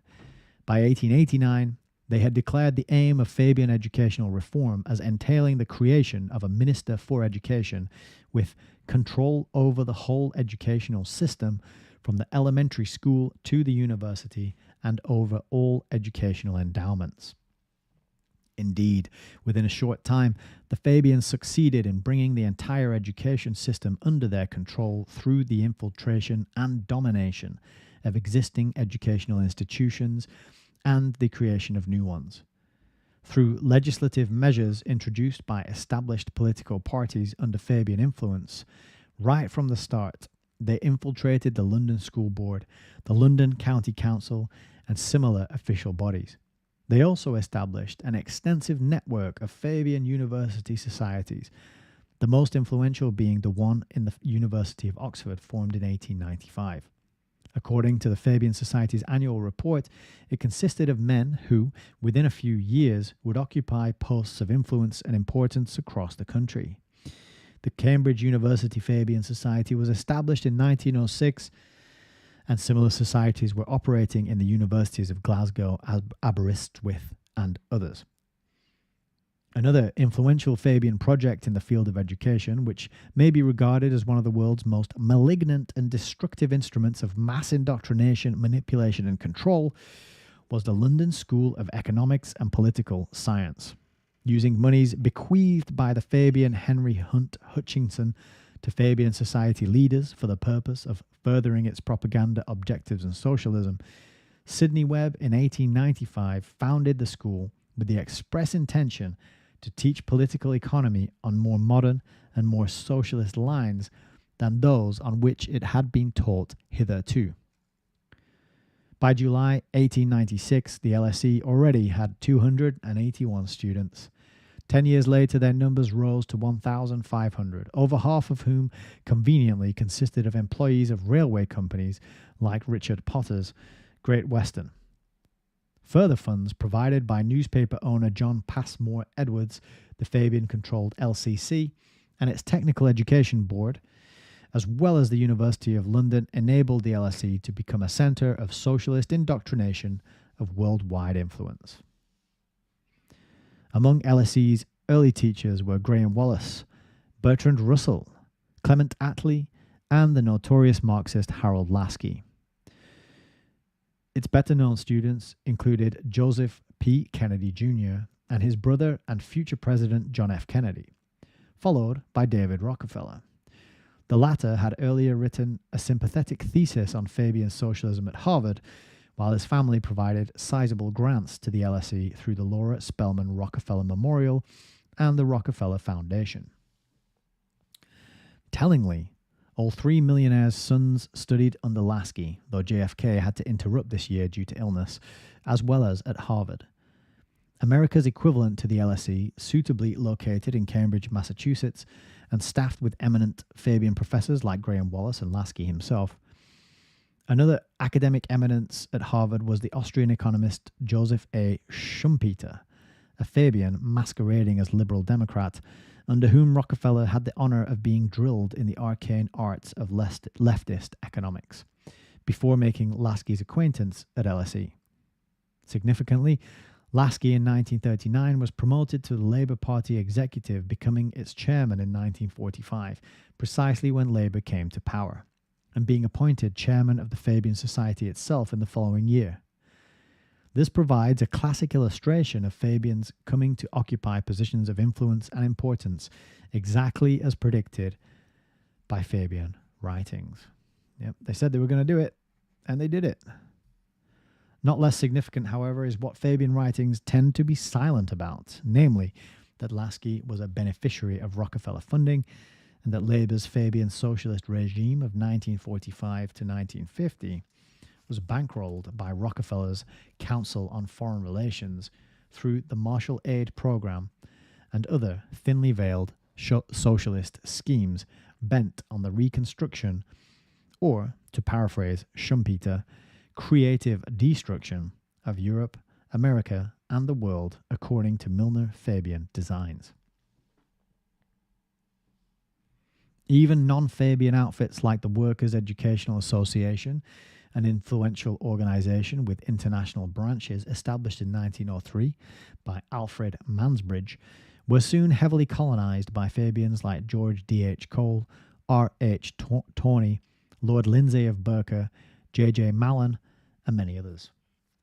The same procedure was applied to the London School Board, where LSE lecturer Graham Wallas headed the school management committee, and on which many Fabians sat. On the abolition of the LSB in 1904, the London County Council became the local education authority responsible for elementary and secondary schools. Like the LSB, the LCC too came under heavy Fabian influence from the outset. Among its early leaders were Sidney Webb himself, who as chairman of the Technical Instruction Committee was known as Minister for Public Education. Will Crooks as chairman of the Public Control Committee, Barbara Drake as alderman, etc. And there's a note saying that Barbara Drake was Beatrice Webb's niece. More generally, domination of the LCC was ensured first through progressives and municipal reformers, and later through the Fabian-controlled Labour Party itself, especially from 1934, when Labour took control of the LCC, which it retained until its abolition in 1965.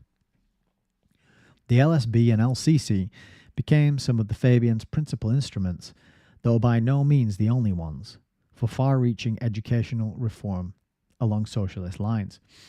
The foundations of the modern system of public education were laid through the Education Acts of 1902 and 1903, which in turn were based on the Fabian publication Tract number 106.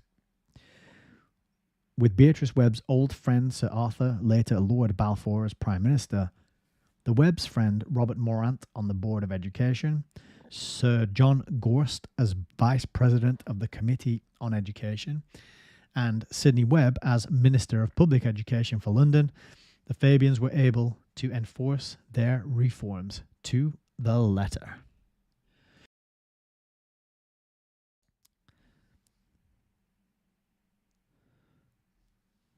So that's another aspect, isn't it? Not only are they getting into the newspapers and controlling the views and opinions and the outlook and the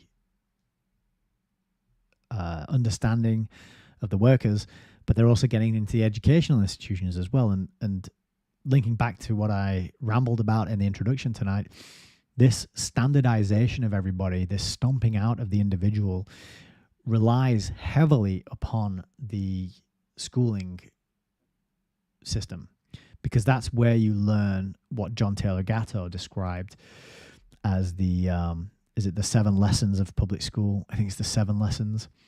And it's nothing like school doesn't exist to give people the, geography, history, and grammar and mathematics and chemistry and all that stuff, right? That's all incidental. All those subjects, they're arbitrary because think about how much of it you actually use in your day-to-day life, right? The actual true purpose of school is to train people to show up at 9 o'clock on a Monday morning, sit down in their chair, listen to the authority at the front of the room, regurgitate the information they are told, ask permission to use the toilet, be grouped according to age, arbitrarily according to age, to not ask silly questions because you get shamed by people in your group laughing at you. It's all about conditioning people to behave in a certain way and to standardize the way young people will act and the way they think, so that in later life they'll be good, efficient, obedient, punctual workers, right? That's what the whole system exists to achieve.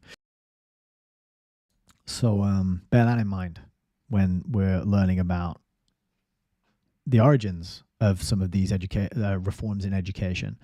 And also, as I mentioned at the start, look at reality around you. You might know young people who go to school, and what kind of skills are they being given that are going to help them in later life? What kind of information are they being given? What worldview are they being given?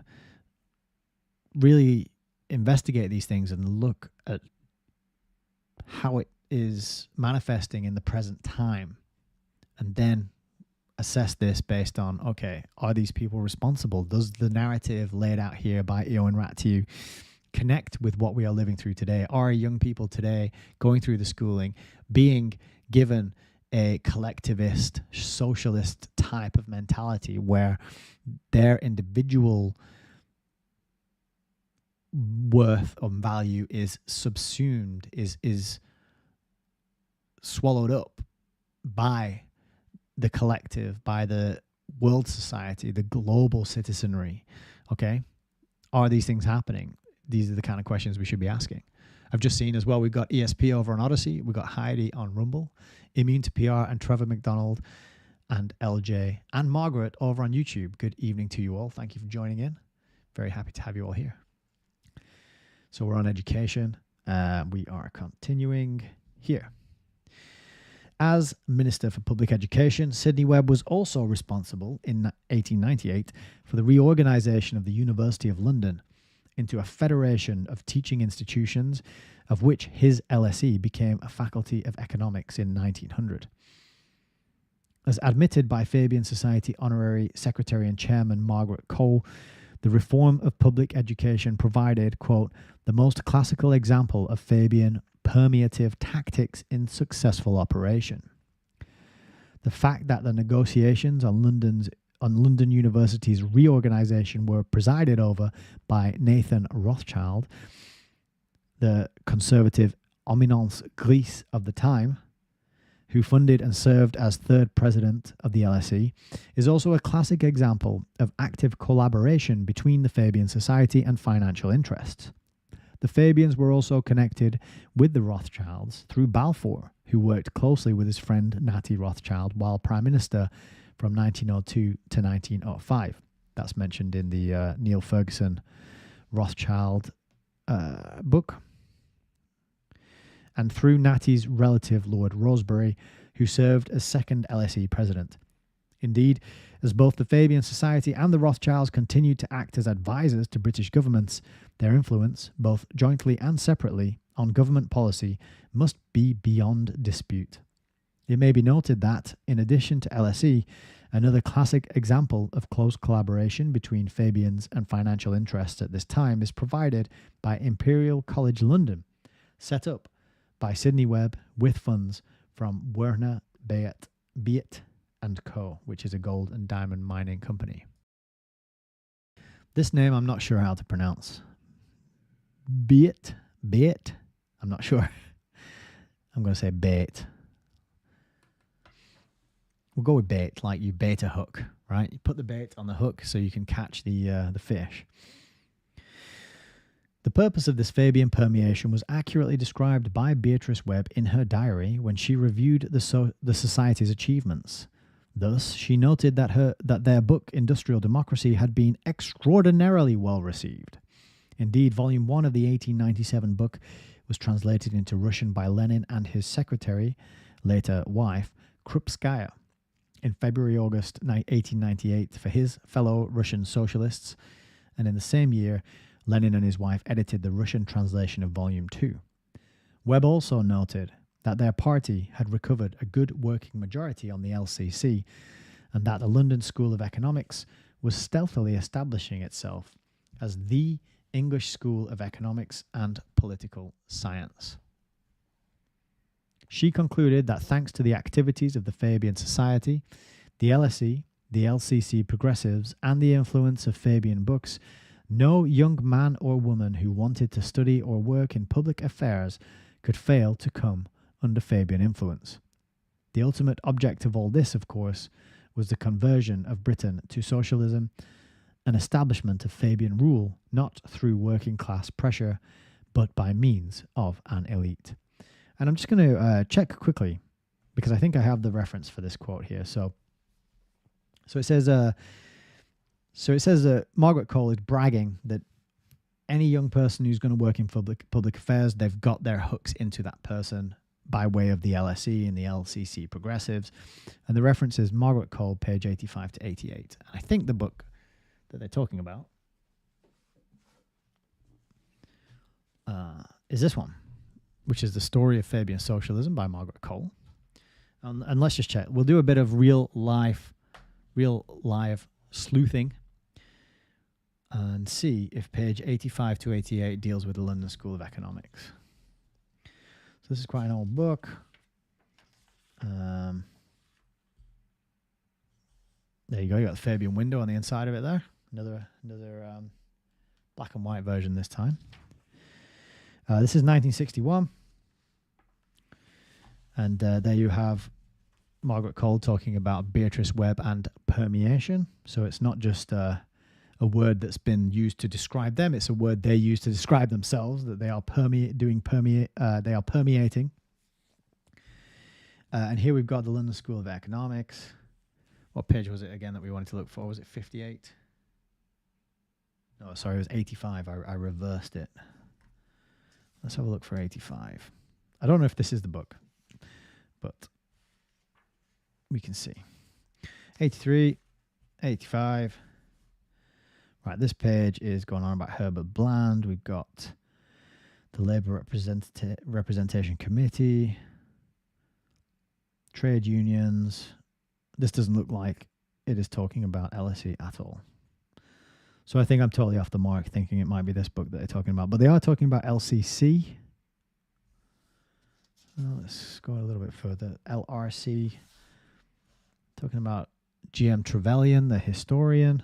Liberal Party, talking about reform in conservative as well as liberal governments. This seems to be more about politics and political influence rather than LSE and education. All right, it was worth a shot. So the book, the Cole book that he's referencing must be a different one.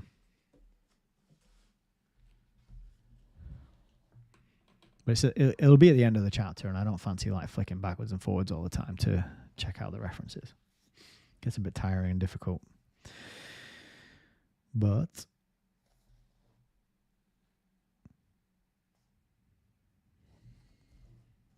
we'll just continue for now, and we can check the reference if we get to the end of the chapter. I'm not sure we will on this live stream. How much further we got? It's quite a long chapter. Okay, we got another 30 pages. I don't think we're going to finish it today. But I just flicked to the end, so I might as well check. Let's see. What books have we got written by Margaret Cole? Doesn't seem to mention any, actually. It's got a lot of Herbert G. Wells. Doesn't mention anything here about Margaret Cole.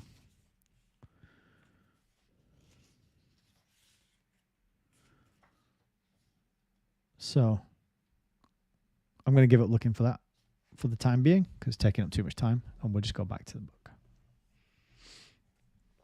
I'll have to find that reference at another point. So continuing on. The ultimate object of all this, of course, was the conversion. Oh, I just read that sentence, didn't I? conversion of Britain to socialism,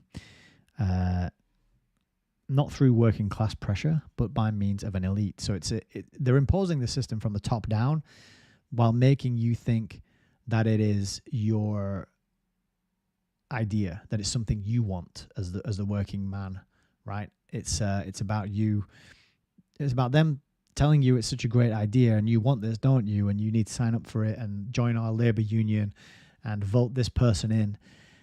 And you think it's coming from the ground up, but actually it's coming from the top down, and it's what they want, backed by these financiers and industrialist families and these big players in the world of banking and industry. So, and we got Frank Lennon saying that last name Beit is pronounced bite. Good to know, like bite, bite your tongue, this kind of thing. Okay, good. Thank you, Frank. I always appreciate you stepping in to help me with my pronunciation of some of these names. All right, carrying on. As Shaw himself put it, socialism would come by installments of public regulation and public administration enacted by parliaments, vestries, municipalities, parish councils, school boards, etc. In order to ensure that no section of society could slip through the Fabian net, the Fabians also set up a network of groups, including the Fabian Nursery for Fabians under 28, and later the Young Fabians, the Lyceum Group for Fabian women to discuss the training of children, the Women's Group to infiltrate and manipulate the women's rights movement, the Haldane Society, an organization for lawyers named for the Fabian lawyer and politician Viscount Richard B. Haldane, which, among other worthy causes, was studying nationalization, and a socialist medical league. The Fabian obsession with control and manipulation of all aspects of life led to the creation of a special Committee on Taste, responsible for such details like the layout, typography, and design of Fabian publications. So that little section there is telling you these are control freaks. These are people who want everything to be planned, and the only way you can have everything planned and predictable is if you standardize everything, is if you iron out individuality, creative thinking, creative expression, people's ability to think and analyze and connect dots, iron all that out of people, get people to absorb their programming through the plays, the newspapers, absorb their programming through the 15,000 hours of schooling, only for the masses, only for the workers and the drones, obviously, not for these people and their children. You see, they don't get all this stuff that we get, but that's how you do it.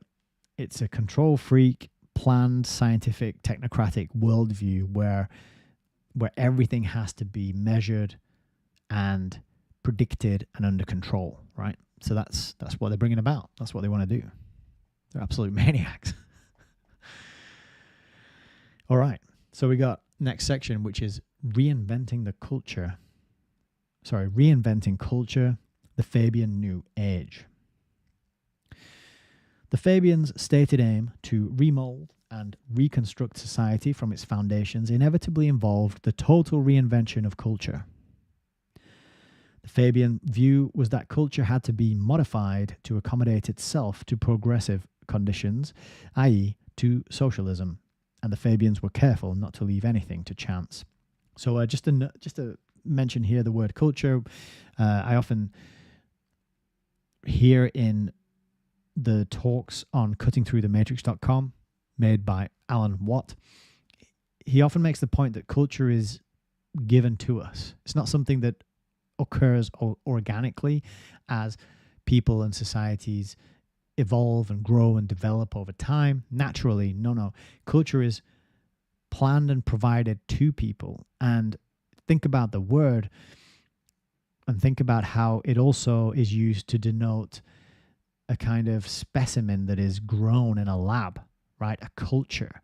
You have it's often used with regards to imagining like a petri dish with some sort of fungus or bacteria growing in it, and it's called a live culture, something that is grown in a lab, that is controlled, that is analyzed and measured and observed through their microscopes or whatever, apparatus they happen to be using, but it's just the scientific connotations of the word, I think, are very relevant and not to be overlooked. Then also the parallel with the word cult, C-U-L-T, a cult, culture, to culture. It is all manufactured and manipulated and handed to people, and not, as many of us think, something that we create within ourselves and is organic and natural. You know, there may be a natural human culture. I would say it's probably one of growing food, keeping animals, small families, communities of 150 or so. And that's Dunbar's number. If you've ever heard of that, Dunbar's number is this idea that a human being has enough sort of mental capacity to keep track of around 100 to 150 relationships.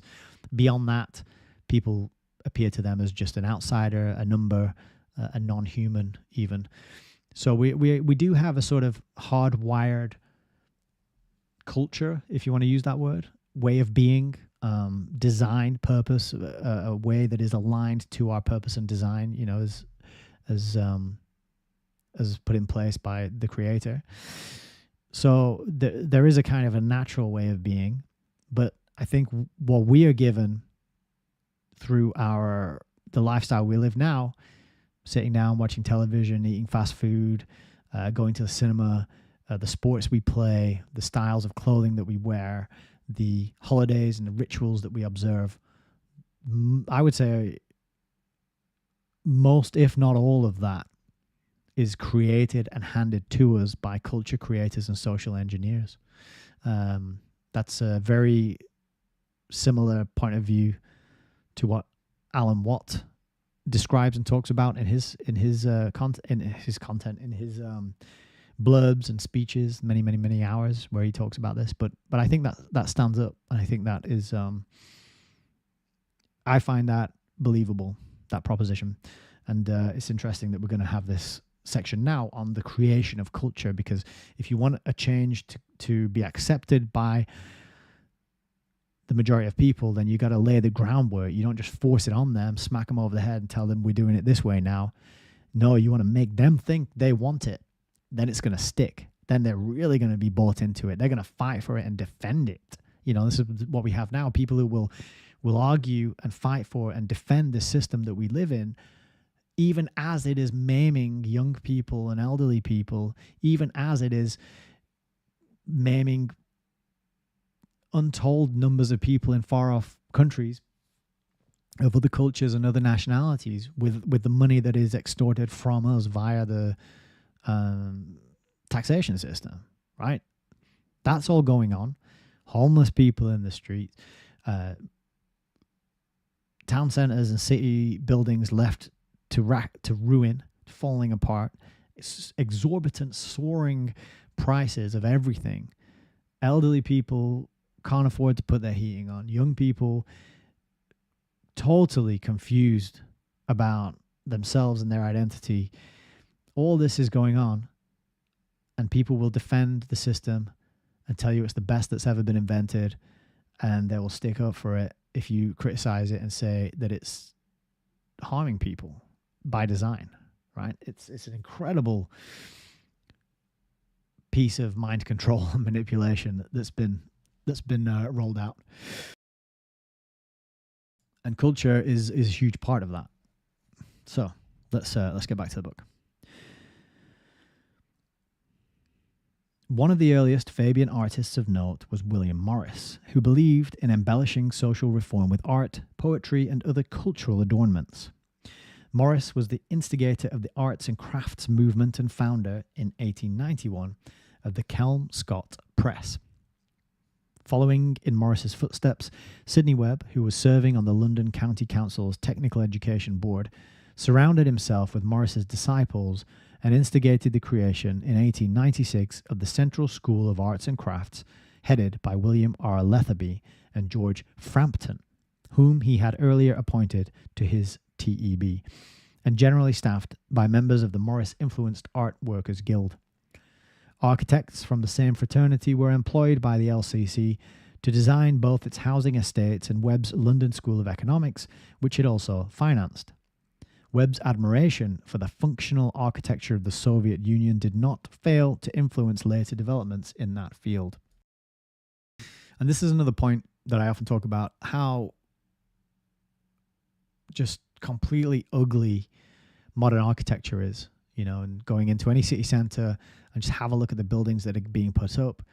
And some of the old ones are majestic, beautiful, gorgeous. You can tell a building that's been designed to be attractive to the human sense of beauty than ones that have been designed to be pragmatic and functional, but because they just have a totally different energetic kind of resonance to them. You know, there's buildings in city centers that I look at and I think, wow, you know, I think the culture that built that, the care and attention and inspired creativity, human capacity for creativity that it took to imagine that thing and get it built, that to me signifies the more than a lot of things, the dumbing down and the systematic lowering of the human family's ability to create things that are beautiful, things that are inspiring, things that align with God's natural law. And what I mean by that is the reality of beauty that is baked into everything, right? Because you know what is beautiful and what is not beautiful. There's never like an ugly cloud or an ugly tree, right? There's beauty baked into those things because they are God's creation. They are natural. Whereas the man-made stuff can be beautiful, but the stuff that's going up now is not, right? And so I'm not at all surprised here to read about these links between the world of art, you know, modern art. Everyone knows that's a lot of garbage, and the architecture as well, which I would say is an assault on the human sensibility. It's not pleasant to walk around these city centers with these buildings towering above you. It makes you feel small. It makes you feel like an ant it makes you feel like a bee in a hive. Let's put it that way. So anyway, continuing. Where did I get to here? In 1899, the Fabians founded the Stage Society for the production of plays serving the Fabian agenda, including plays by Shaw. In 1905, the Fabians George Holbrook Jackson and Alfred Richard Orridge set up the Leeds Arts Club with the object to affirm the mutual dependence of art and ideas. The experiment being successful, Jackson in 1906 suggested the formation of groups that would exploit art, philosophy, science, and politics for the advancement of socialism. See, you think of socialism, oh, it's an economic theory, or maybe it's a political ideology, but it can be pushed through any of these disciplines, art, philosophy, science as well, right? All of these things interlock, they interweave, and are not separate. So you got to bear that in mind. Early in the following year, and I'm sorry, just again, just the people who create the culture know this. So this is why when you are getting when you're sitting down and watching a film, you're not just getting a storyline about some fictional characters, right? You're getting a much more than that, and because these are all used to inject and control, to inject ideas into people's minds and worldviews, right? It's called, I like to call it worldview warfare. Excuse me, struggled to get that out there. Worldview warfare, because you're absorbing all that. When you think you're just watching a piece of art or watching a show on politics, you're actually getting way more than what it says on the tin. There's all sorts of additives and preservatives in there, just like your food. Just like all the things they add to the water. Early in the following year, the society set up a Fabian art group in London, headed by Jackson, Orridge, and Eric Gill. It Its object was to interpret the relation of art and philosophy to socialism and to make an appeal to minds that remained unmoved by the ordinary Fabian attitude, and Shaw himself presided over the first meeting. In the same year, Orridge and Jackson, with financial assistance from Shaw, bought up the influential socialist magazine The New Age and reoriented it along Fabian lines with regular contributions by leading Fabian ideologists like Shaw himself, Cole, and H.G. Wells. Interesting, I didn't know there was an influential socialist magazine with that name, The New Age. I wonder if there's any copies of that floating around online. While Morris and his early disciples had hijacked traditional style for socialism, the new generation of Fabian artists sought to do away with artistic tradition altogether, promoting the modernist movement which subverted traditional values in favor of progressive concepts of social and sexual freedom. Shaw himself regarded it as good statesmanship to blow every cathedral in the world to pieces with dynamite without concern about opposition from art critics or cultural voluptuaries. So, what was I just saying, right? That is it. Shaw himself wants to blow cathedrals to bits with dynamite. That's called destroying the old to bring in the new. Sever people's ties to their tradition, to their culture, to their way of life that has been passed on from father to son to grandson and beyond. Sever that. The state then inserts itself into the lives of the children, where the state becomes the mummy and the daddy, and the children go home at the end of the day after their full day of state schooling, and their mum and dad tells them the older way of doing things, the traditional way, and they say, that's a load of garbage because that's not what I was told at school today. That's not what all my peers in my class think and believe. It's not what the authority at the front of the room says. Mum and dad, you don't know what you're on about. I'm going to go along with what all the people in my class think and do and believe, right? All by design, all deliberate. And that image there of blowing up cathedrals with dynamite is one that I think encaptures this whole ethos and worldview very well. The footnote for that is a writer called Britton, and it's page 108. I would like to know a bit more about that reference and whether or not Shaw really did advocate good statesmanship as defined by blowing up cathedrals with dynamite. All right, carrying on. Behind the widely acknowledged talent of some Fabian artists lurked the dark secrets of their deviant instincts. The all-pervading Fabian hold on society meant that the works of artists like Gill, a habitual practitioner of I don't even want to read these next three words. Let's just say love of young people, brotherly and sisterly love, and love of animals, made their way into respectable institutions like the London Electric Railway, the BBC, the League of Nations, and even Westminster Cathedral. The Fabian left's advocacy of liberty led to the formation of networks of young people enthusiasts like the notorious PIE, the Information Exchange for people who like that sort of thing.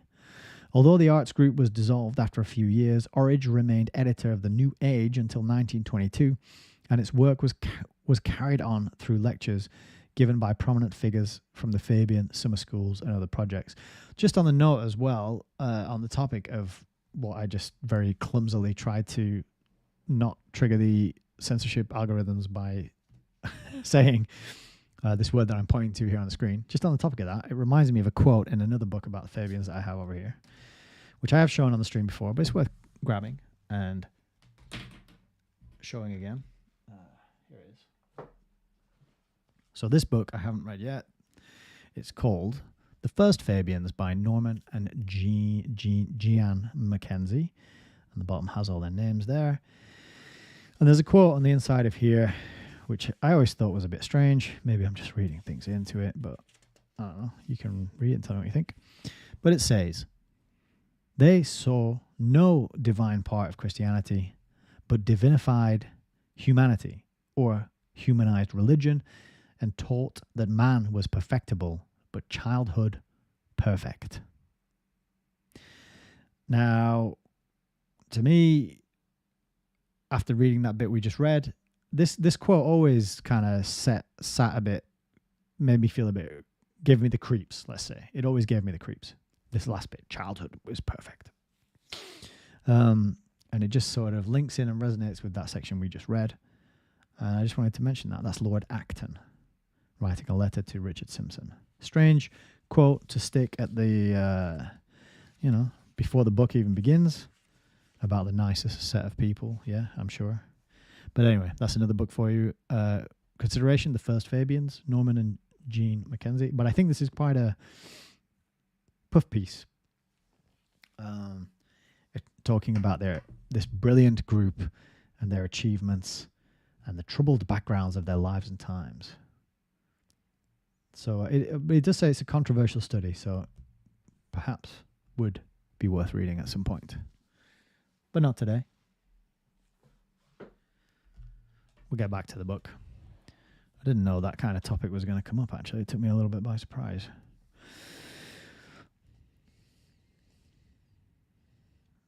And so we got to about here. Noted Fabians infiltrated virtually all key cultural institutions. So that's the culture creation and how they're permeating all the institutions which historically and traditionally would be responsible for upholding and maintaining a society's culture. For example, Shaw was on the council of the Royal Academy of Dramatic Art, while Walter Crane joined the Royal Society of Arts. Shaw and other Fabians infiltrated the Society of Authors and created the League of Dramatists as part of the society. Among later Fabian cultural projects was the Festival of Britain, set up by Herbert Morrison in 1951 in London.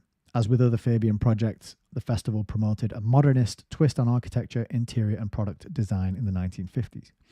In short, by the early 1900s, the Fabians achieved an unprecedented degree of influence on society and culture through their propagandistic publications, such as Fabian Essays and Fabian Tracts. Shaw's formidable arsenal of political plays and the works of scores of influential novelists, poets, playwrights, publicists, and artists, all systematically planting subversive ideas in the minds of both the masses and the trend-setting elites, as a means of establishing a subtle control not only over what people did, but also over the way they thought and felt. As Wells put it in his Old Worlds for New, quote, "Unless you can change men's minds, you cannot effect socialism."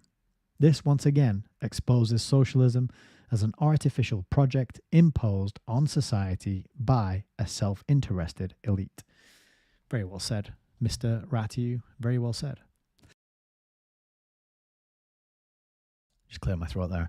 I didn't know about that quote from H.G. Wells. Unless you can change men's minds, you cannot effect socialism. Sounds like he's advocating something, if you want to change something, it's good if you've got it under control, right? If you don't control something, it's hard to change it. So maybe he's advocating something we might call mind control, perhaps. He's not advocating it exactly, but he's basically saying without mind control, you're not going to get socialism through. So that's why they had to go into the culture creation of business. All right. Do another section. There's 2 pages here, and then we'll wrap it up a little bit earlier tonight because my throat's getting a bit sore, actually. So this next bit is Fabianism and Faith, preaching the gospels of atheism and false religion. As religion played an important role in people's life, it inevitably became a key tool for systematic mind control in the hands of the Fabian masterminds. I'm just laughing because just mind control. This has happened a few times now where I've stopped to make a comment and then the next sentence deals with the thing that I just said. Which I suppose means I should just shut up and read the book. Because he's one step ahead of me with everything that I'm going to say. He's already ready. He's already written it down. But anyway, systematic mind control is necessary. In an unfinished work, Shaw wrote that the Fabians must make a religion of socialism. The fact is that right from the start, the Fabians' aim had been to make religion more socialist and use it for Fabian agendas, right? And that aligns with their permeation, this strategy of permeation, right? Why don't throw religion out? Just get in there and corrupt it from the inside and steer it towards your goals, your aims, and your agendas and your outcomes. And so early Fabian Philip Wicksteed, a well-known Unitarian minister and theologian, converted fellow minister John Trevor to Christian socialism, and in 1891 the latter founded the Labour Church movement. The new church interpreted the kingdom of God, the ideal Christian society, as a society controlled by a secular socialist state. Oh, fancy that. In a blatant perversion of Christian teachings, this church managed to change the motto, God is our king, to let labor be the basis of civil society. It soon had over 50 branches nationwide and enjoyed the active support of noted Fabians like Philip Snowden, Edward Carpenter, Keir Hardie, and R.H. Tawney. In 1906, George Lansbury, another leading Fabian who wrote that socialism was the only outward expression of a Christian's faith, founded the Christian Socialist League with Dr. John Clifford as one of its leaders. In 1909, the radical Methodist group Sigma Society was founded by Arthur Henderson, who became an official member of the Fabian Society in 1912. In 1930, the Fabians founded the Christian Socialist Crusade, with Lansbury as president, for the declared purpose of promoting Christian socialism among the public. In 1936, they founded the Socialist Christian League, which had members like R.H. Tawney and pledged to, quote, strive for the creation of an international socialist order based on the communal control of the means of life. Also in the 1930s, the Fabians set up the Christian Book Club, which was headed by leading Fabian Victor Gollancz. And Victor Gollancz was a publisher. And I have books, Gollancz books. I'm trying to see if I can grab one just to prove to you that it is true, but I can't see any. Although I do know that there's some up there on the top. Gollancz did no, sorry, I can't see any. Gollancz did a book on the reign of the House of Rothschild, which is just up there. That copy is a kind of publisher's copy that I picked up. That's Gollancz. So just linking back to the newspapers, the the permeation of educational institutions, and also working with publishers and publishing houses to put out the propaganda and the plays and the books and the tracts and the essays and all that stuff as well. With Hewlett Johnson, the Red Dean of Canterbury, as general editor, the club recommended for its Christian readers the Webb's Soviet Communism, A New Civilization. In 1942, they founded the Council of Clergy and Ministers for Common Ownership, which was led by Alfred Blunt, Hewlett Johnson, and Ronald Ramsey. In 1960, the Socialist Christian League joined the Society of Socialist Clergy and Ministers to form the Christian Socialist Movement. Fabian godfather R.H. Tawney attended the inaugural meeting. Methodist preacher and LSE graduate Donald Soper was one of the new movement's leaders, and its members pledged themselves to following the same agenda as the SCL. The movement, which is affiliated to the Labour Party, has had leading Fabians like Harold Wilson and Tony Blair among its members, and continues to work for the establishment of a fair society along socialist lines. What Fabians really thought of Christianity might be gathered from the writings of leading figures like Annie Besant, who declared that the Westminster Abbey was to be reconsecrated to humanity and have its barbaric psalms replaced with the majestic music of Wagner and Beethoven. Typical Fabian writings on religion included those of noted Fabians like Stuart D. Headlam, combining Christianity with land nationalization, and Percy de Armour, quoting with approval his mentor F.D. Morris's claim that socialism is the necessary result of sound Christianity. Keir Hardie's belief that socialism is the modern word for Christianity pretty much represents the general Fabian thought. In addition to this massive infiltration of all Christian denominations and their conversion into Fabian instruments of subversion, the Fabians were equally busy infiltrating secular organizations like the National Secular Society, in whose weekly paper, National Reformer, Shaw published articles on Marx's Das Kapital. Leading Fabians like Annie Besant, A.R. Orridge, and Clement Attlee also infiltrated Masonic lodges. Besant set up her own lodge, and the alternative movements of the time, such as Theosophy and Gurdjieff's Fourth Way. Wow. So they're infiltrating Theosophy, Masonry, and Gurdjieff's Fourth Way. That's quite a claim. I would like to know what the evidence and the proof is of that. But it wouldn't surprise me because, again, it goes into culture creation. It goes into, well, steering things towards this society, this planned scientific socialist society. And if you think about it, that is when you look at what we actually have,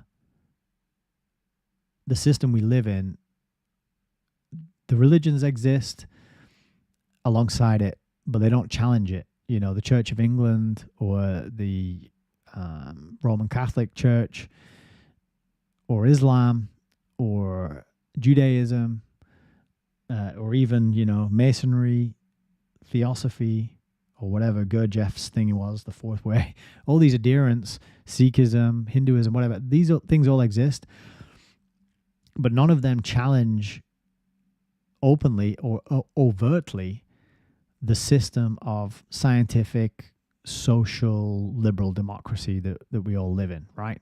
That system is unchallenged.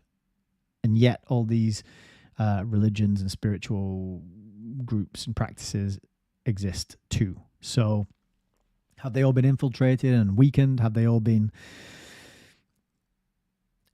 permeated by the Fabians and steered and just rendered, just neutered, basically, rendered harmless so that people can join them and go along to the meetings and do the practice and whatever it is, but it's never going to lead to any sort of organization which threatens the system, if that makes sense.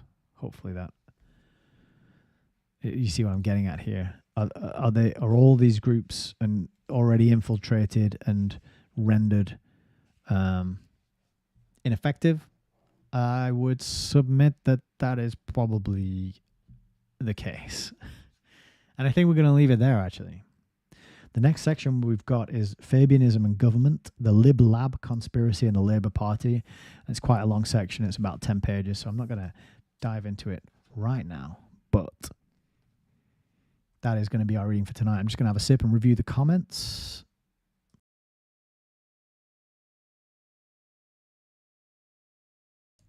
Ginger cordial is so good.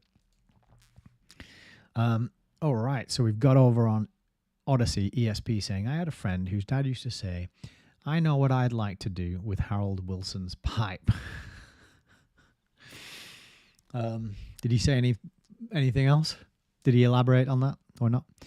I don't have much info in terms of, I don't have much on my shelves back here with regard to Harold Wilson. There is a book about him called Smear by Stephen Dorrell.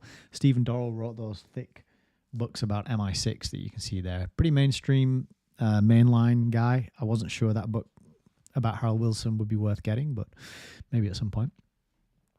Over on Rumble, we got R. Murray 1 turned up late. Don't worry about it. There's a replay. You can go back and catch up. Heidi says, what a great book. Excellent choice. What a great book choice. Excellent. Yeah, I think this is a good one. Turbs is agreeing, saying it's another fantastic book. And then some sort of phone malfunction took place in Rumble over there as well. I hope you managed to get that sorted out.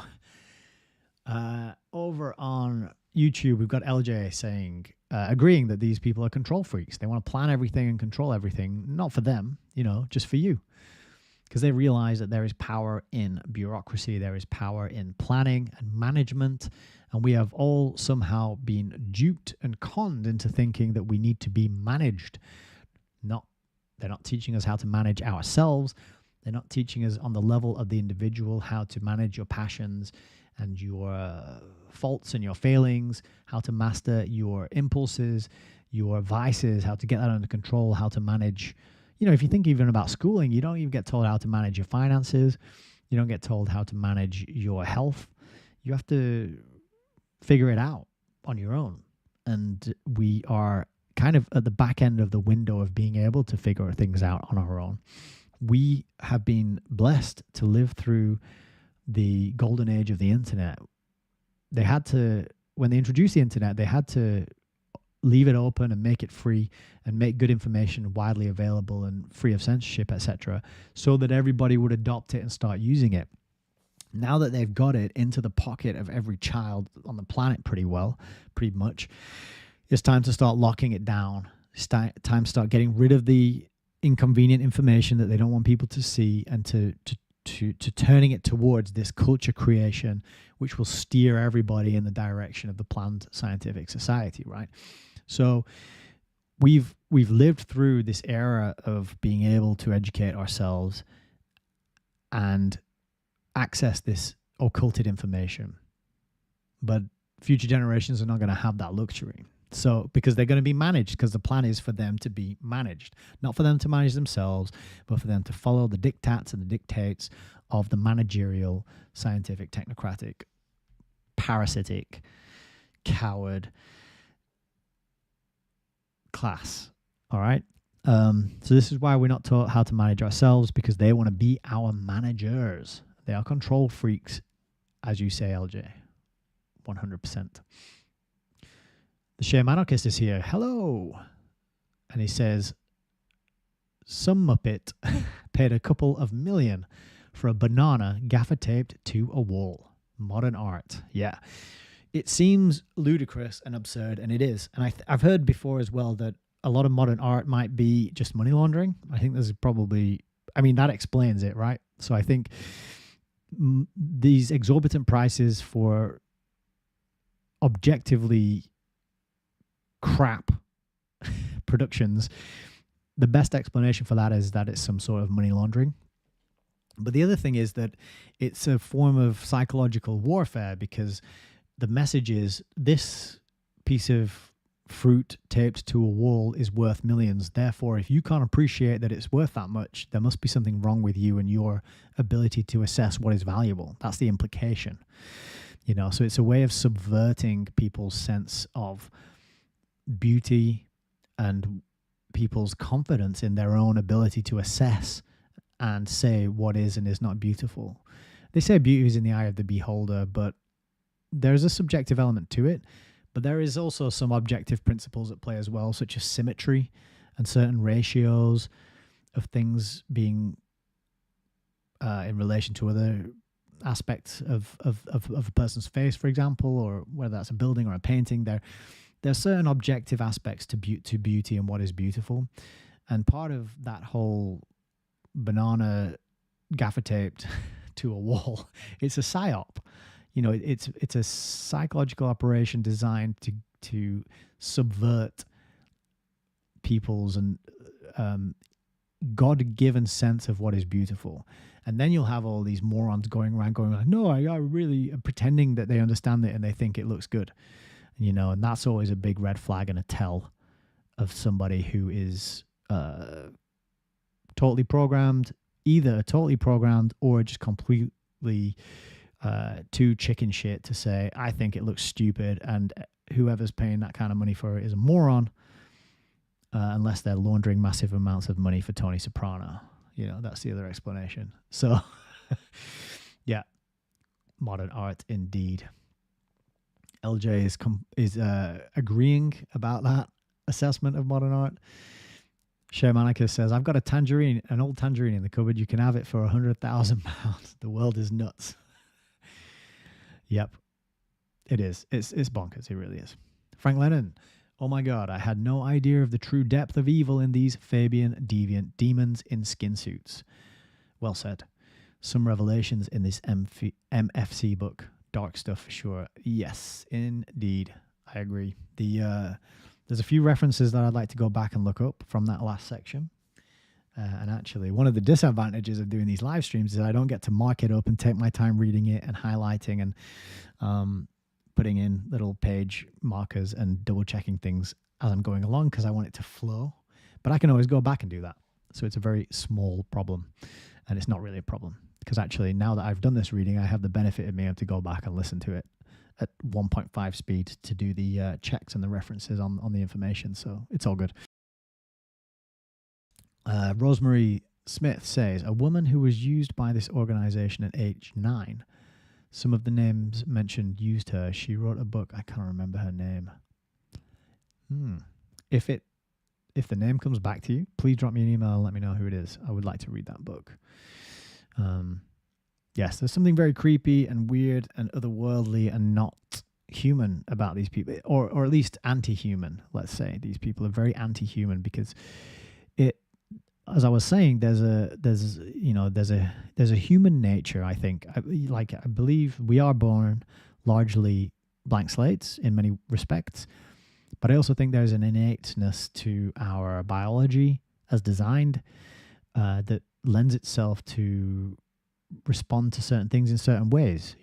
Such as a baby, an infant. Excuse me a sec. An infant will perish without human skin-on-skin contact, right? So there's things baked into the human organism that means it's designed to respond in certain ways to certain things. And they want to get rid of all that. They want to intercede. They want to interrupt that and place themselves in the middle of that relationship between, say, child and parent. That's what schooling is. Schooling is the government inserting itself between the child and the parent, and then making it impossible, or making it damn near impossible for families with children to sustain themselves on one income alone. Is the state inserting itself between the husband and the wife, because it's forcing both of them to go out to work, whereas in the past only one of them would have had to work in order to sustain and maintain the household, right? Supermarkets and food, that's corporations and the state inserting itself between you and your food. If you have a patch of dirt, why isn't everyone growing food in their gardens? Why isn't there training in schools about how to take care of plants and grow seed, and grow seedlings in a greenhouse and then plant them in the garden and have an unlimited supply of free food that you've grown yourself? No, because they want to insert themselves between you and the God-given food that this beautiful place called Earth provides for free and in abundance, infinitely forever. So time and time again, these Fabian socialists are meddlers. They're control freaks. They want to be in between you and your loved ones, you and the people who are most important. They want to control every aspect of your life, and they want to degrade the human soul and spirit down and grind it down so that we will accept this managerial class. Because if our spirit was strong, and if our soul was strong, and if we were uplifted by strong relationships with our family and friends, with a strong sense of cultural identity rooted in tradition that was built on health and wellness and beautiful art and beautiful music and legends and stories that contained wisdom, then we would tell these Fabian socialist maniacs to fuck off. So they have to degrade the culture. They have to grind out the beauty. They have to make our natural inclinations to depend upon our family into harder and harder, right? They have to really attack all of these things that are natural to us and then offer us their fake, plastic, additive, preservative, riddled, chemical shit version of all that they sell to us or rent to us or mind control us into getting into debt in order to pay for, right? So it is insidious and it is genius, because genius doesn't mean beneficial, right? It is insidious, but it is genius because it is well planned and it is well orchestrated and it is been a long time in the making, and we are on the precipice of it being locked into place to a degree that it is going to be nigh on impossible to get out of. I think that's kind of the times that we're living through. I don't really have. I think that's it. I think that's what we're living through. So, let's keep going. Let's keep going. Let's look for opportunities to increase all that good stuff that I just described, to build strong relationships, to bring some beauty into our lives, to grow that little herb garden that we've been meaning to get started, to work on, even I play guitar, and when I pick up my guitar and I only really pretty much play stuff that I've written, music that I've come up with. And it's nothing special. You've heard it on the intros and outros, right? Jeez, but I know that when I'm doing that it's my creation. It's not been given to me by the culture creators. This is Nick's culture, cultural creation that I've channeled and brought into the world, and it really heals me on a spiritual level to stand and play all these tunes on this guitar, right? So take up that little creative hobby and do something that is authentic to you and who you are, and bring that into the world and share it with people. And some people will laugh at it and go, that's crap. And other people will go, no, I dig it. That's really great. I see what you're trying to do there. Hey, you could try this thing to make it even better. And they'll encourage you because they'll see that you are utilizing that God-given spark for creativity. And that's what we can all do, regardless of our situation, our circumstances, our relationships, our economic situation. We can all be a little more creative. We can all bring a little beauty into the world. We can all spread a little joy. We can all bring back some of that real God-given natural human culture that is really what's under attack, by all these machinations and maniacs and technocrats and whatever that we're reading about in this book. Yeah. So that's my concluding comments for today's stream. And I want to say another thanks to you all for being here. We did get a few more chats. Hasdak says, get an allotment plot. Yes, that is great advice. I've got a garden now. Did I tell you that, Hasdak? I've got a garden now, so I can start getting green fingered. I'm very much looking forward to that, but not in this weather because it's kind of crap out there. LJ says, a local school has a lesson called Forest School. Not sure what they're all learning. I will have to find out. I mean, if they're learning how to grow fruits and vegetables, cool. If it's like survival skills in the forest, great. My guess, being cynical and being, well read on the culture creation schemes, is that it's probably going to be some sort of nature worship. It'll be like, go out and talk to a tree for 10 minutes and tell it your life story. I actually knew a guy who did that, and he said it was very therapeutic. He went out into the forest and he told a tree his entire life story.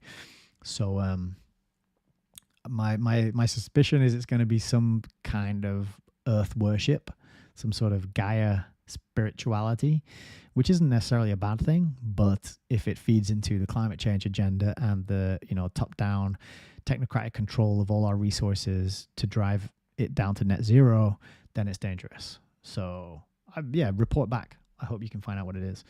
Gwen says they're begging people to take on allotments in my area. Well, that is a really good opportunity, Gwen, to get a bunch of people together and say, hey, have you noticed the prices in the supermarket going up? Do you know what would alleviate that? If we had a bunch of people taking on these allotments and growing food on them, and we could all work together, we could help each other develop these allotments, we could share the products and the produce, and we could really get something good going here. So that's a fantastic opportunity. Either you or someone near you or around you could really pounce on that and do something with it. And a bit of a follow-up. Gwen says, I'm in Birmingham and no one's interested. Oh, that is so sad. That is so sad. Yeah, that is, but it's, I don't know. Maybe it says something about the kind of people who live in Birmingham, or the, I mean, I've seen a few videos on what certain areas of Birmingham are like these days, and they're not interested in growing food. That is sad. Hasdak is asking, did I look at the Woodland Initiative? I've looked at it. I just haven't joined yet, but I appreciate the reminder. It's been on my to-do list for far too long, and it's only a couple of quid, isn't it? And I would like to get in there and talk to the people in there. Potatoes are the easiest to grow. Maybe that is what I will get started with next year. Yeah, LJ says, Gwen, it makes me sad. Yeah, to hear that allotments are neglected and overgrown, it is sad. But but it is an opportunity, right? So if you can find the right people who are interested in a city the size of Birmingham, there's got to be some. Maybe it's young people, maybe it's children, maybe it's a primary school, maybe, I don't know, maybe it's a church group, maybe all different, maybe it's a freedom cell group, right? Of Derek Bros type followers and thinkers, right? It's an opportunity. It's just connecting the right people with the time and the appetite and facilitating that. But anyway, that's just me giving work to other people. It's not what I intend to do. So yeah, let's call it a night. Hasdak says, talk with Simon from the initiative. Thank you for that. I will definitely reach out and make contact. Is that the Woodlander? Is the guy who is the Woodlander's name Simon? I'm guessing it might be. So we'll see. All right, I am actually going to wrap it up now. Sincere thank you to you all for being here. If at any point you feel moved to support, then you can like, comment, and share and subscribe with your friends. That sort of thing is always super helpful. And there are other ways to keep track of me and what I'm doing at allmylinks.com/Hayes Reviews. And you can find everything you need there for whatever it is that you might want to do. You know, we are going to be back later in the week, probably Friday night, to continue with our reading of the Milner-Fabian conspiracy. It is pretty powerful stuff, very potent, very condensed and concentrated information. Lots of things to fact check and references to follow up. We shouldn't take it all as read, but we should definitely bear it in mind. And as I said, look at what's happening in the modern day.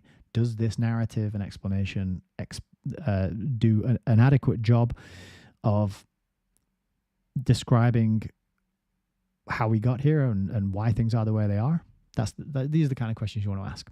So I'm going to finish with Frank Lennon's excellent, inimitable wordplay, who says, talking to trees, you might be arrested by the special branch. Thanks for giving us all a giggle and ending and a way to end this stream on an upbeat note. So take care of yourselves and each other, and I will see you on the next stream. And until then, God bless.